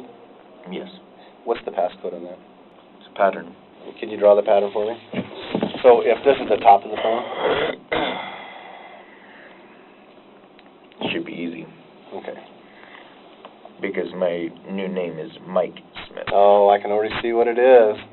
Do you recall how they talked about that they were going to kill him, when they wanted to kill him? Besides the big... Man. Of all these pages that I wrote down, The majority of this sounds fairly accurate. Yeah. It's just the gun stuff wasn't accurate? No. Okay. I just wanted to make it look more helpful on his end. Consistent with the interrogation up to this point, Russell seems to be prouder that he could help than worried that he did. You've told us several times throughout our conversation Yeah. that you didn't cause the death. No, I did not. Do you think he was awake when he got hit? Probably just falling asleep. All I heard was, like I said, the thuds and the moaning in pain. One of Ellen's neighbors had also heard Aaron's moans, likening them to an animal dying. That same neighbor declined to interview, stating, "Hello, Abby. Thank you for asking so kindly, but I don't think I'd like to discuss it for your platform. It was a pretty traumatic experience for me personally, so I think I'll have to pass. Have a great day." Any other stops after you left Aaron's house before you got to Almond Street? He said he took his gray sweatshirt and put it in a washer over at a friend's house after you guys left, before you go to Almond. Do you remember that? No, I was probably still terrified that there was a dead body in the trunk right behind me. Okay. Russell does not necessarily deserve credit, but take note that this is the first time any one of the individuals involved in this crime expressed discomfort with the fact that Aaron's body was in the trunk of the car while they ran errands. One of the things that Ellie is telling another detective is that it actively got talked about as far as planned out, different things got talked about. Yeah, we talked about it, but never really, I wasn't really going to do anything. Kind of like I could say I'm going to punch a cop, but that doesn't mean I'm going to actually do it. Russell displays his disdain for authority when he makes an analogy involving punching a cop, which may be a subtle way to threaten the investigator. It also shows his lack of intimidation for their authority and/or lack of social or situational comprehension. Well, I was agreeing to a degree, but not 100% agree. Do you think Ellie knew that it wasn't 100%? I'm not sure what goes through women's heads. Okay. If men knew, we'd be able to understand women and not have arguments with their wives. She didn't say anything about him killing her. She just said, take care of business. Did she say take him out? Probably. It was a lot of things went on last night, and I'm still terrified that there was a dead body. Again, Russell is the only member of the trio who expresses shock at the sight and/or presence of a dead body. But what he says next is particularly unsettling. Did you send anybody text messages going, can you believe what we just did? No. Do you believe I'm riding in the car with a dead body? No, I'm not. I might be blonde, but I'm not stupid. I'm only part blonde. Ever thinking about trying to see if I could be Mr. Popular because I have a dead body behind me? No. No, or if Aaron needed help? I mean, were you pretty convinced he was dead? Yeah. You told us that you were a high-functioning autistic? Yeah. Okay. So do you know the difference between right and wrong? Sometimes. Would it be wrong to kill someone? The investigator brings up Russell's autism and directly asks him questions that a defendant would be asked to see if that defendant is mentally fit to stand trial. Doing this helps defeat a possible insanity defense or mental incapacity defense he may try to use later because of his autism diagnosis. Consider that mental illness and its role in influencing criminality is highly complex. A mental health professional would spend several hours over multiple sessions determining this. This is only a starting place. Well, see, here's another trick with that.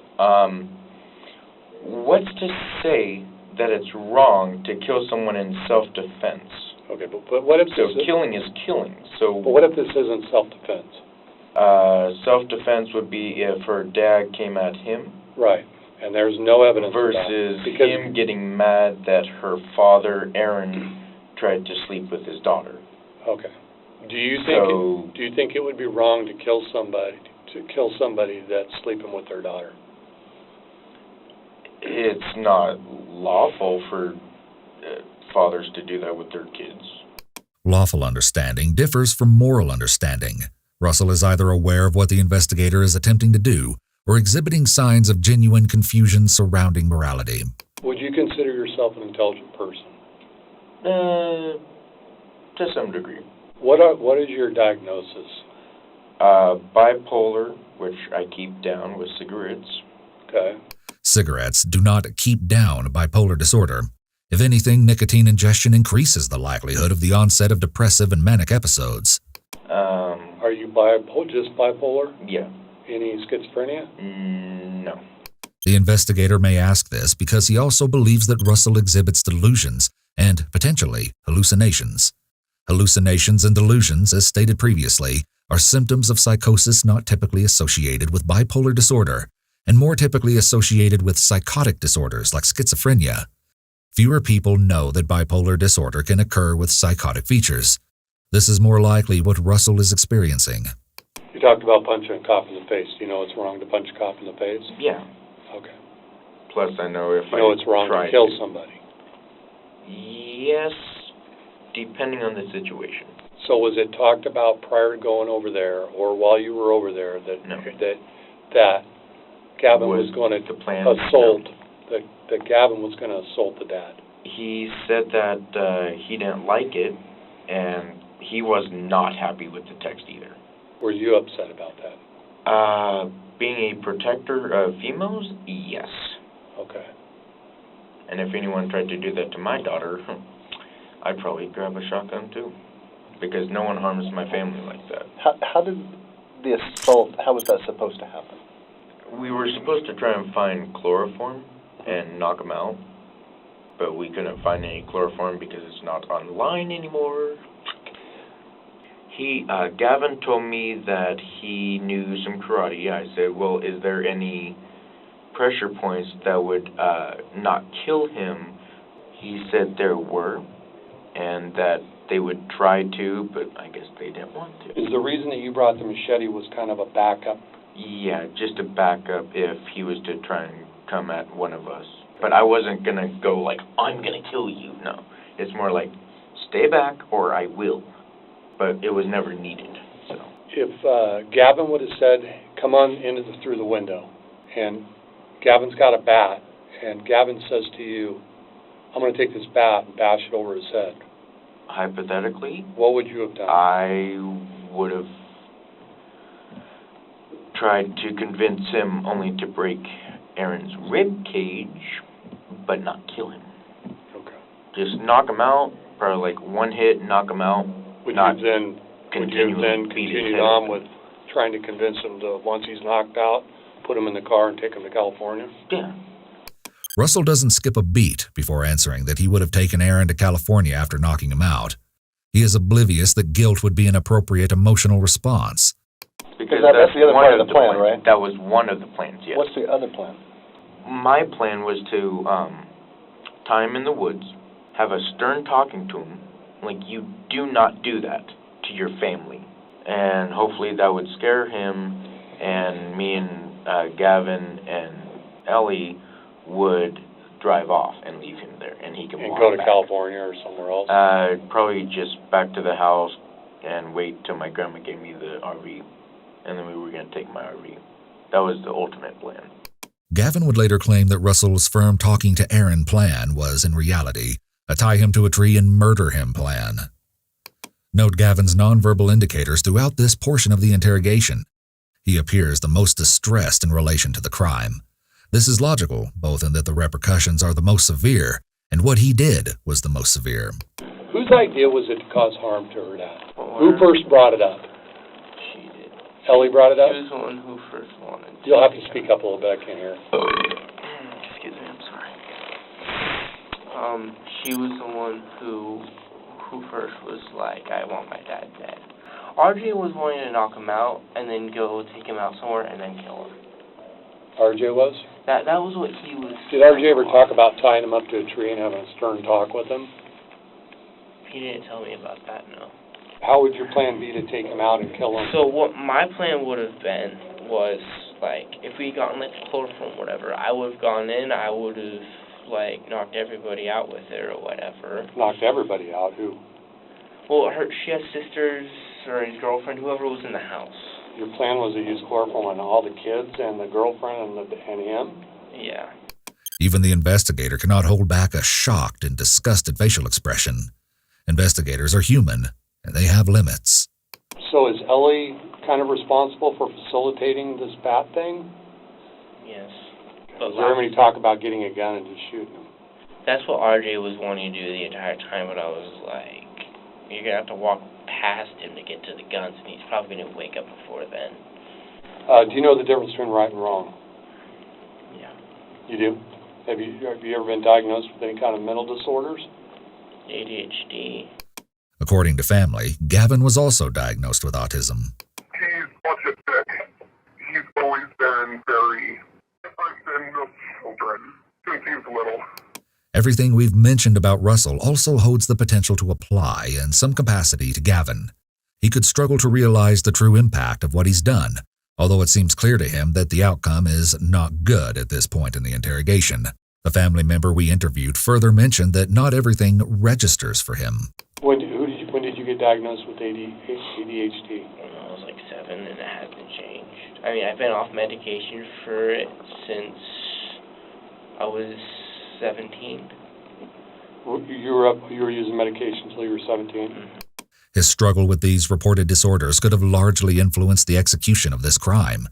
An anonymous acquaintance who spoke with us shared that he had noticed Gavin changing roughly around the time Gavin states he stopped taking his ADHD medication. Oh, he changed. You can just tell by looking at him. He didn't have the same confidence he used to have. He just looked like he didn't sleep well. His hair became greasy. He just wasn't himself. Bottom line, getting off medication and/or stopping therapy when those interventions are needed has dire consequences for those and others who know those who struggle with mental illness. And then I was like, I don't want medication anymore. Did you need it? I didn't feel like I needed it, no. And I've been I messed up big time, and I know I did. You guys going over there and getting her bags, when did it start passing through your mind that you're going to take him out? Well, let me ask you this. I was just so angry. I didn't want to kill him. I wanted Right, to I understand that. Note how he bends his head down submissively, hunches his shoulders, and raises his vocal pitch. Gavin seems, or is attempting to seem, honest and simultaneously respectful of law enforcement in the room. But when she hands you the bat, did you feel like, oh, this is going to go down, I'm going to go assault him? I was thinking is this really happening? I'm about to go kill someone. And I stopped and I kind of sat there frozen. I didn't know what to do. Even though this was calculated, Gavin could have been genuinely afraid in this moment. Fear of what Aaron might do to him should Aaron have woken up may have pushed Gavin to do something that he ultimately would not have followed through with. We mentioned the fight or flight response previously, and what Gavin relays to investigators is that he froze. Individuals may also freeze as part of the fight or flight response. In Gavin's case, freeze may have turned to fight once he was closer in proximity to Aaron. And I'm sorry. There we go. So what's your mom's name? Well, you made it to the third quarter of your 12th grade year. Yeah. What happened? I just wanted to get done with school because a lot of people were giving me all sorts of shit about, like, assault, and there were rumors going around. I mean, I hadn't done anything to anybody. It was a lot of pressure, so I just wanted to get out of there. Mm-hmm. And I knew killing myself wasn't the answer, because that would just be pure stupidity. Right. So, and I'm guessing I'm not going home. I would guess that that's probably correct. Okay, I get paid tomorrow. Okay. Murder is an automatic life sentence, isn't it? When people ask me questions like that, it's not just a simple, easy answer to say yes. I mean, I think there's a lot of different variables to it. Has Ellie gone home? She's not. She's still talking with detectives. Okay. Am I allowed to talk to her at all? Probably not. Gavin appears to genuinely care for Ellen. Interestingly, in speaking to sources, we found that Gavin had cheated on Ellen. I mean, I know this might be TMI, but I actually, hooked up with him. Everything was seemingly normal. We flirted a lot back then and talked about the possibility of a relationship. I did find out after hooking up with him that he was dating that other girl, so we pretty much just stopped talking due to that. He was really nice at the time. It could likewise have something to do with his ADHD diagnosis. Untreated, ADHD can increase the risk of promiscuity and infidelity. This is, again, largely due to issues of impulse control, excess energy, poor coping mechanisms, and poor emotion regulation. Have you used any drugs today or drank at all? Today? Other than my vape, no. Do you use any drugs? I do smoke weed. Did you have a clear mind when this happened? Had you been drinking or using drugs when this happened? No. Okay. Many of Gavin's old friends mentioned that he always had weed. He always had a weed. Yeah, one of the last things he'd messaged me was like, supposed to get an ounce. Want to come over and smoke? He further elaborated that Gavin may not have responded the best to the drug and made some accurate and relevant points at potential negative outcomes of using it. He was so high he couldn't walk. We found a shopping cart on the side of the road. He hopped in it and forgot all of his stuff on the side of the road, right? So I picked it up for him. I was like carrying his board and his backpack, and he was just sitting in this shopping cart like, you know. I'm thinking it made him think weird. So like some people just can't handle this, you know. I've heard that some mental disorders can be amplified when you smoke weed. I just know I just like seriously put myself over with this. From the beginning, I had a bad feeling about all this, and I was like, I knew I shouldn't have gotten involved. But I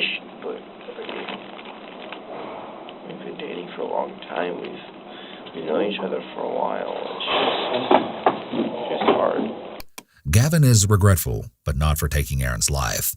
He implies here that he was doing this all because Ellen wanted him to. Although his family reported that Ellen was the prime culprit in manipulating Gavin, there are others who disagree. I can't help but blame Gavin for a lot of it. So you think that he was the mastermind if he had put his foot down? I guarantee Ellie would have been like, okay, maybe we shouldn't kill my dad. Oh boy, why do I have a bad feeling about all this? Jim's going to explain some things to you. Bags, evidence, probably handcuffs are going to be coming next for all three of us because what we did, well, I didn't beat the crap out of them. You told me that you spent a lot of time in the watching and doing detective work stuff. So yeah, this is a search warrant, okay? Of Gavin's property? No, this is for your body. I'm just going to explain that to you. Because part of what we're going to collect... I have nothing on me except for my clothes. Okay. Mike, part of what we're going to collect is DNA samples. And that's bullshit. Here we see a more blatant display of Russell's anti-authoritarian attitude. A search warrant can be ate just like my homework by my dog, which I never had. So Mike, I ate my let me own explain homework. something, Mike. Because a judge signs a search warrant saying that we're going to collect... Oh, DNA. so a judge? Judge signed it. Yeah. Yeah. What stupid judge said that? So let me read this to you, okay? It's long.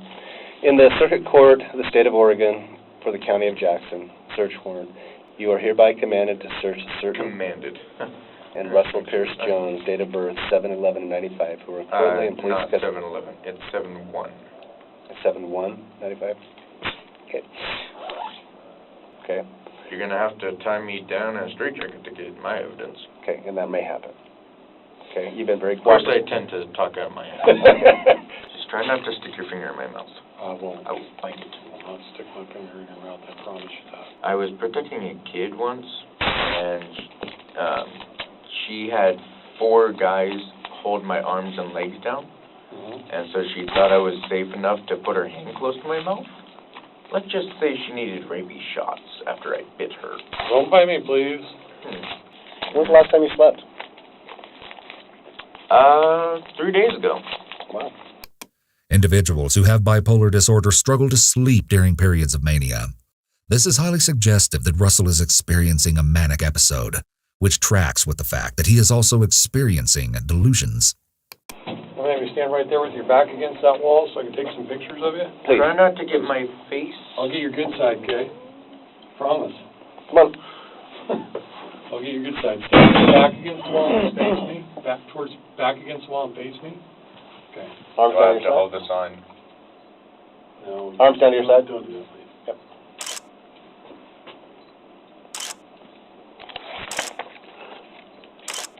Okay. Turn and face that way for me.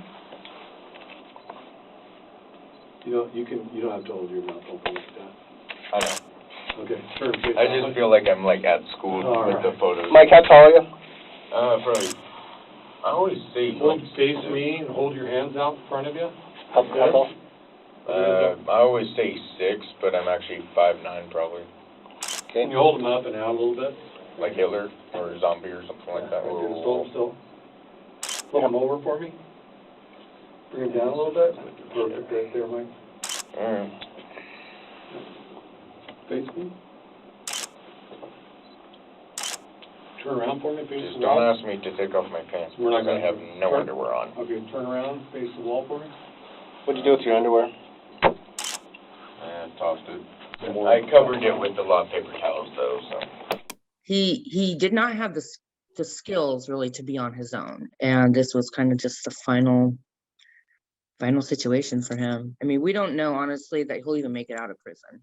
I don't know. I mean, prison sounds like a pretty rough place, so. So he doesn't get the severity of what Gavin did. He still wants to help her. I go, she lied to you about all this abuse and all that. It was all lies. Mm-hmm. Well, you know what? I still would like to help her if I could. Oh, my goodness. That's how he is. I kid you not. So, what's the situation with Ellie? Will she be going home, or what's her case? I don't know. Maybe they did plan something. Because I wasn't with them all of this weekend. Yeah. They had plenty of an opportunity to do that. Ellen has transitioned to using they.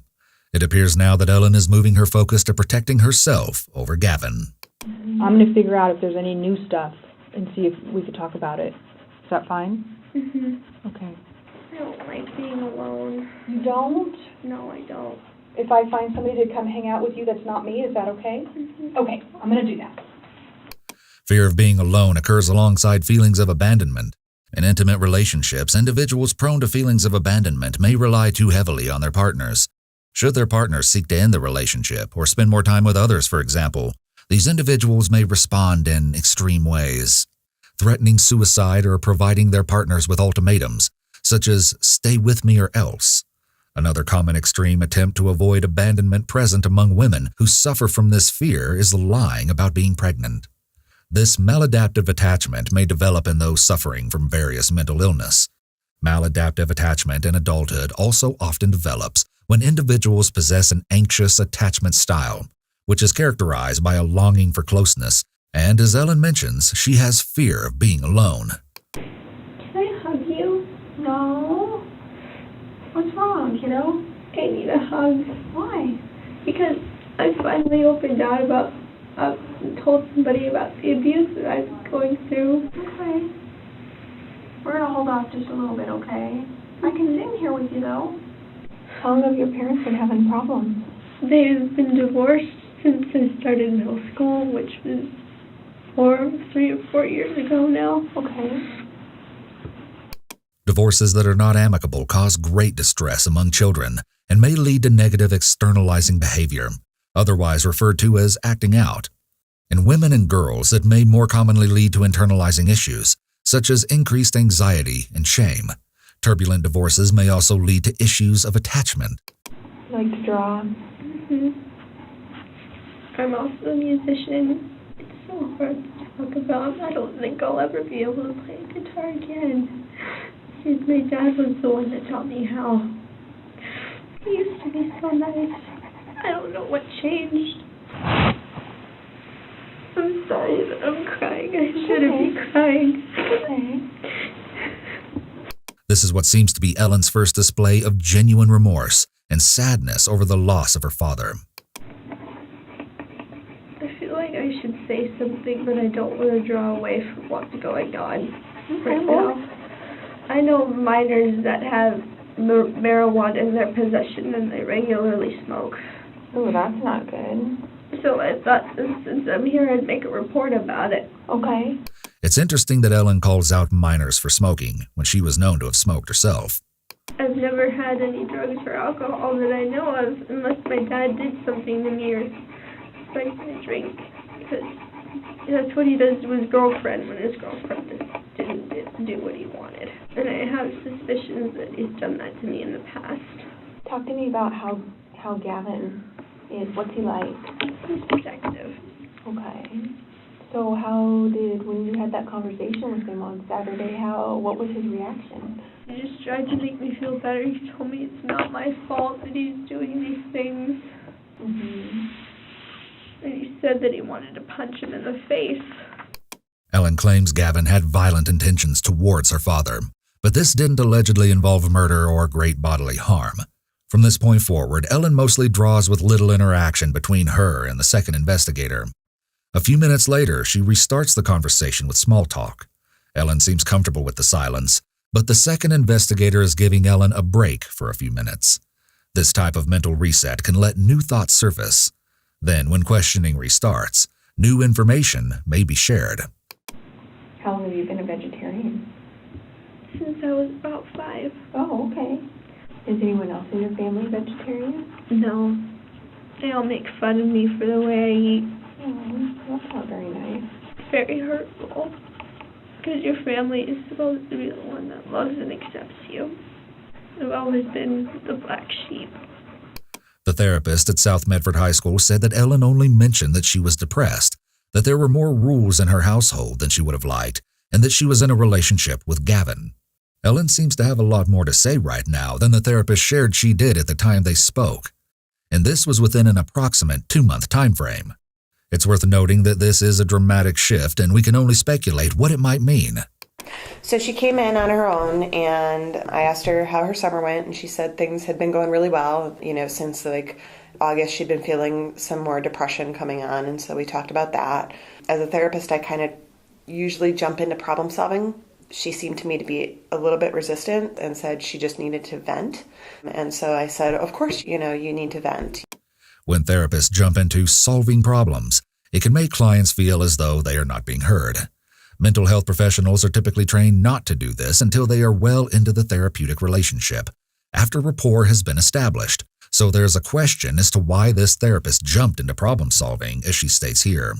And I really like to help people to solve their problems. That's kind of how we ended our conversation, which was I'll check in with you in a few weeks and see how things are going. This applies to interrogation techniques as well.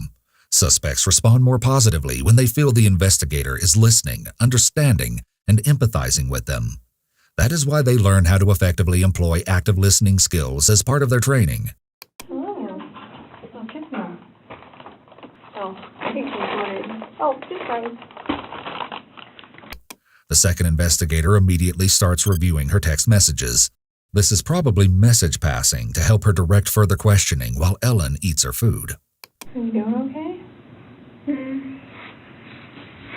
I don't really know how I feel right now. Okay. I just kind of feel empty.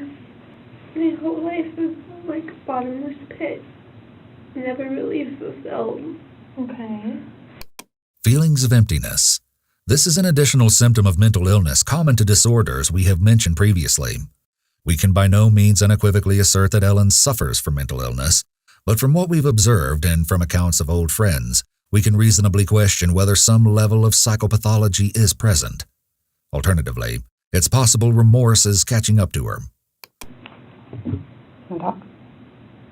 Yeah. Gavin is being 100% honest right now, and you are not.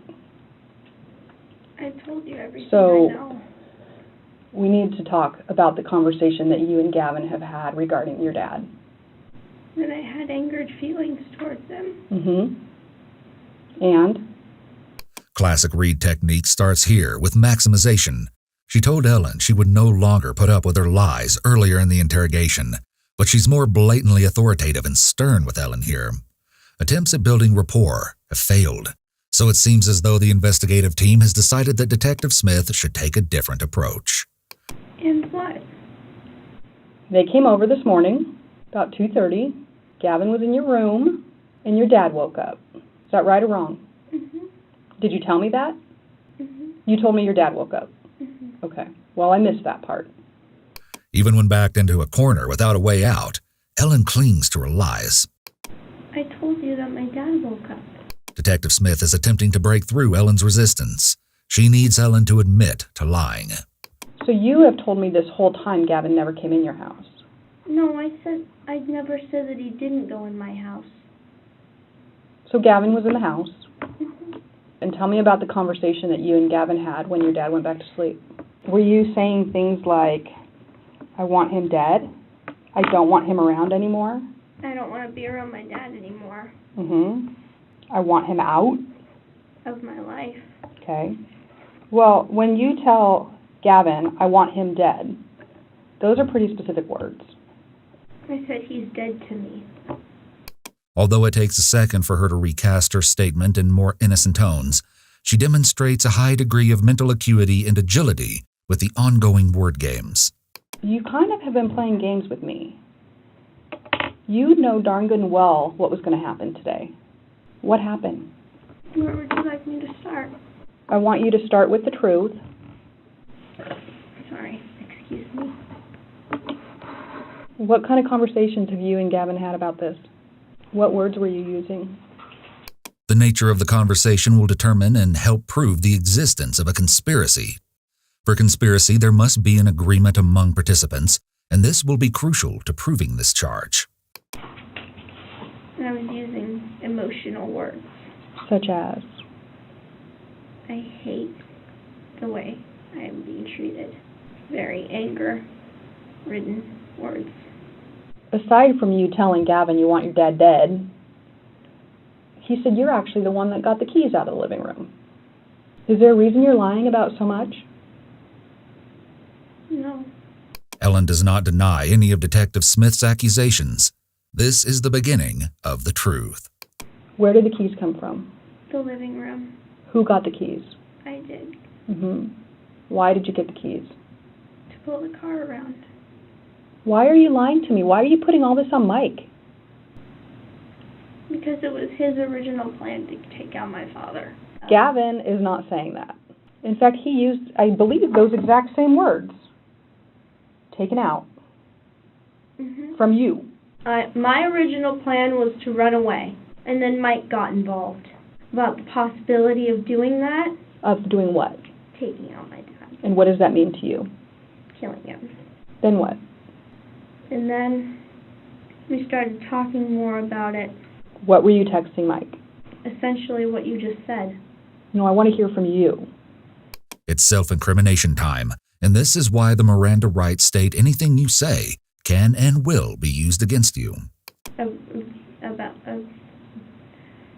have him get drunk, and then he would come in and take him out. And at what point did Gavin get involved? I kind of forced Gavin into this. We all agree that Ellie was 100% at fault. Maybe Ellie had him wrapped around his finger and kind of manipulated him in a way to do it. Any man, I think, is capable of extreme violence if it's for the sake of someone they love. Tell me how you forced Gavin into this. I pressured him. He said, "Can you help us out?" He said, "I don't know, I really don't want to get involved with that," but Mike started being more adamant about it too. I want to hear your part, because I feel like you're really minimizing your part in this, Ellie. He was originally going to help us run away, but only Gavin was talking to him about it. And so then I texted him about it, and he brought up this whole thing about taking out my dad. And you thought that was a good idea? Okay. I kind of denied it at first, but he kept saying, "Let's do it," so I agreed, and we started planning. And then what happened? And then we did it. So do you check to see if your dad's asleep? And was he? Yes, he was. What's the very next thing that happens? Then Gavin comes in. And what do you say to Gavin? I said, "I'm ready when you are." Okay, what did you mean by that? When you do this, we're in it together. What did you mean when you said, "when you do this"? Kill my dad. Okay. So what conversations were you guys having leading up until that point? About how we were in love, we would get married, teenage planning a wedding, fantasizing about it. What kind of life you guys are going to have? Okay. What conversation do you and Gavin have about looking for the bat? Well, I was angry because I had seen it there earlier today. So I said, "I know it's there, and if it's there, I'm going to be really upset." And so then you go look for the bat, and you find it by the door, and what's your dad doing at that point? He's asleep. Can you actually see him? How did you feel about that? I thought I needed to get the bat and I needed to get out. Okay, so then what's the very next thing that happens? Then he tries, but he hit something in the hallway, so he ran back in the room, and that's when I pretended to be in the bathroom. Okay. So then do you guys kind of regroup and have a conversation about what to do next? Yeah, we were going to wait for him to fall asleep, and I would be out getting the car while he did it. And he would unlock the front door and have RJ help him drag the body out into the trunk. Did you help at all? No. I did help try to clean up a little bit in the inside, though. What did you do? I got a towel and I kind of soaked up the big puddle of blood by the door. Mm-hmm. And tell me, what is the first thing somebody says when you get in the car? Can't believe we actually did that. Who said that? Mike. Okay. And then I said the same thing. How'd you guys feel? We were all kind of on an adrenaline rush. Mm-hmm. Ellen's word choice of adrenaline rush, usually used when describing positive experiences, as opposed to something more like shocked or horrified, is telling. You had adrenaline rush? Yeah. Mm-hmm. And how were you showing that? I was actually pretty calm, but I felt pretty, kind of explosive inside. Mm-hmm. Ellen has been guarded, lying throughout the interrogation. We might expect that she would, in the very least, attempt to feign sadness or distress. The way she describes how she feels here, explosive inside, comes off as though this was a thrilling experience for her. And again, it's kind of not the biggest deal in the world, but Gavin is saying that you really threw that bat. You threw that bat hard. Okay. Thank you for being honest. What did you kick with your leg? I didn't kick anything with my leg. Okay. It's just weird tan lines. Okay. Thank you for being honest with me. Detective Smith continues thanking Ellen for being honest. This is reinforcing the bond between them in order to keep the truth coming. What did you talk to your sisters about? About how I said I'd be leaving and I would come back to see them. Okay. How does that make you feel having that conversation with your two little sisters? It hurt to leave them, but I felt like I was going to a better place. Did they hear anything? Probably. What did you guys think was going to happen? We thought that if we lay low and we just kept ourselves locked in the house, we wouldn't be found out, since nobody knew where he lived. Since no one knew where Gavin lived. Hi. Hi. Oh, here to relieve you? Perfect. This is Detective Reynolds. She'll take care of you for just a little bit. Okay. Okay? Okay. You sure you're okay? You have enough to eat? Mm-hmm. Okay. What'd you have? Some fries, but then I got nauseous. I will only eat about 20 types of food. Okay. So, 20 things. That's not a ton. Name some of them. French fries? Yeah, French fries, top ramen, quesadillas, pancakes, waffles. Hi. You're out. Okay. And Detective Smith will be right back in. So, let's see. What grade are you in school? Sophomore.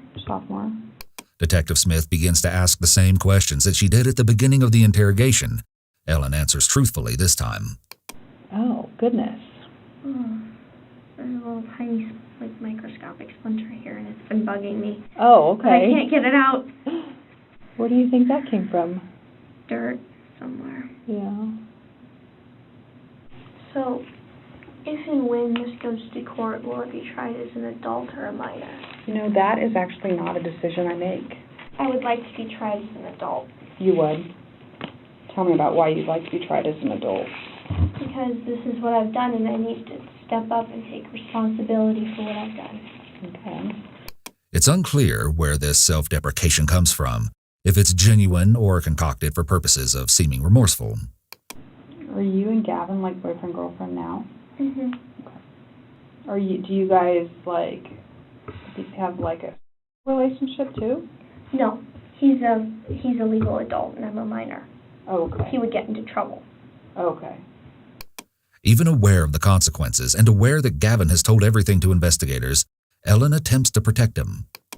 Are you having sex with anybody? No. Okay. But like I said, I don't really know what my dad's done to me. Well, you would know that. One of the things I heard was that when you guys went to Walmart, you actually bought a pregnancy test. I had concerns. But I had concerns. By Gavin's baby. Gavin thinks it's his baby. When did that happen? Will I get to see Gavin again? If I do have a kid, then I want him to be involved. I feel like they should have the right to that. I feel like I probably don't have the answer to that right now. That's okay. It doesn't hurt to try. Yeah. What do your sisters like to do? Play with dolls. Yeah. Are their mom and dad the same as yours? Yeah, but I have some suspicions that the youngest child isn't really my dad's. You know this whole thing about blood types and how they work, how for an O to be born, both parents have to be O's because they're recessive. Okay. My dad is a B. So what's that mean? It's not your dad? That's what I thought.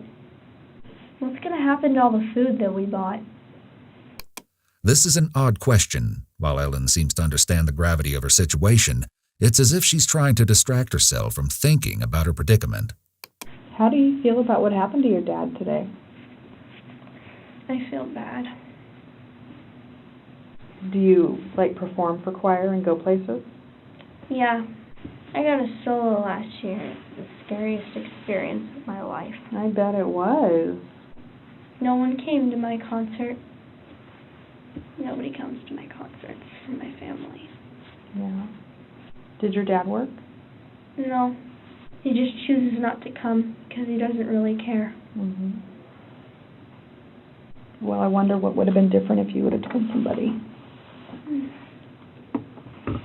Me too.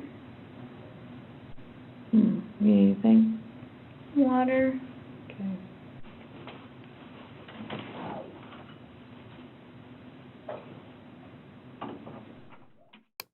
Ellen is taken from the interrogation room in handcuffs. We might be left with questions as to whether she suffered from something that could have influenced the behavior that led to her father's murder, or whether the abuse she described truly occurred. Ellen stood up in front of a courtroom at her sentencing hearing and claimed that she copes with post-traumatic stress disorder resulting from the abuse she experienced, suffering from horrendous flashbacks. She had no words of remorse for conspiring to murder Aaron. Rather, she shared that she had accepted Jesus Christ as her Savior. In addition to thanking her legal team and youth ministry, she looked across the courtroom at her mother and grandmother and thanked them for their support through tears before reading the quote, "Even when the world throws its worst and turns its back, there is still always hope." In 2019, Ellen Fryer was found guilty of conspiracy to commit murder and conspiracy to commit a Class A felony and sentenced to 25 years in prison, spending 10 of those years in a juvenile correctional facility. Russell was convicted of conspiracy to commit murder and attempt to commit a Class A felony. He was sentenced to 7.5 years in prison. Gavin was convicted of murder, conspiracy to commit murder, and tampering with physical evidence, and sentenced to life in prison with the possibility of parole after 25 years.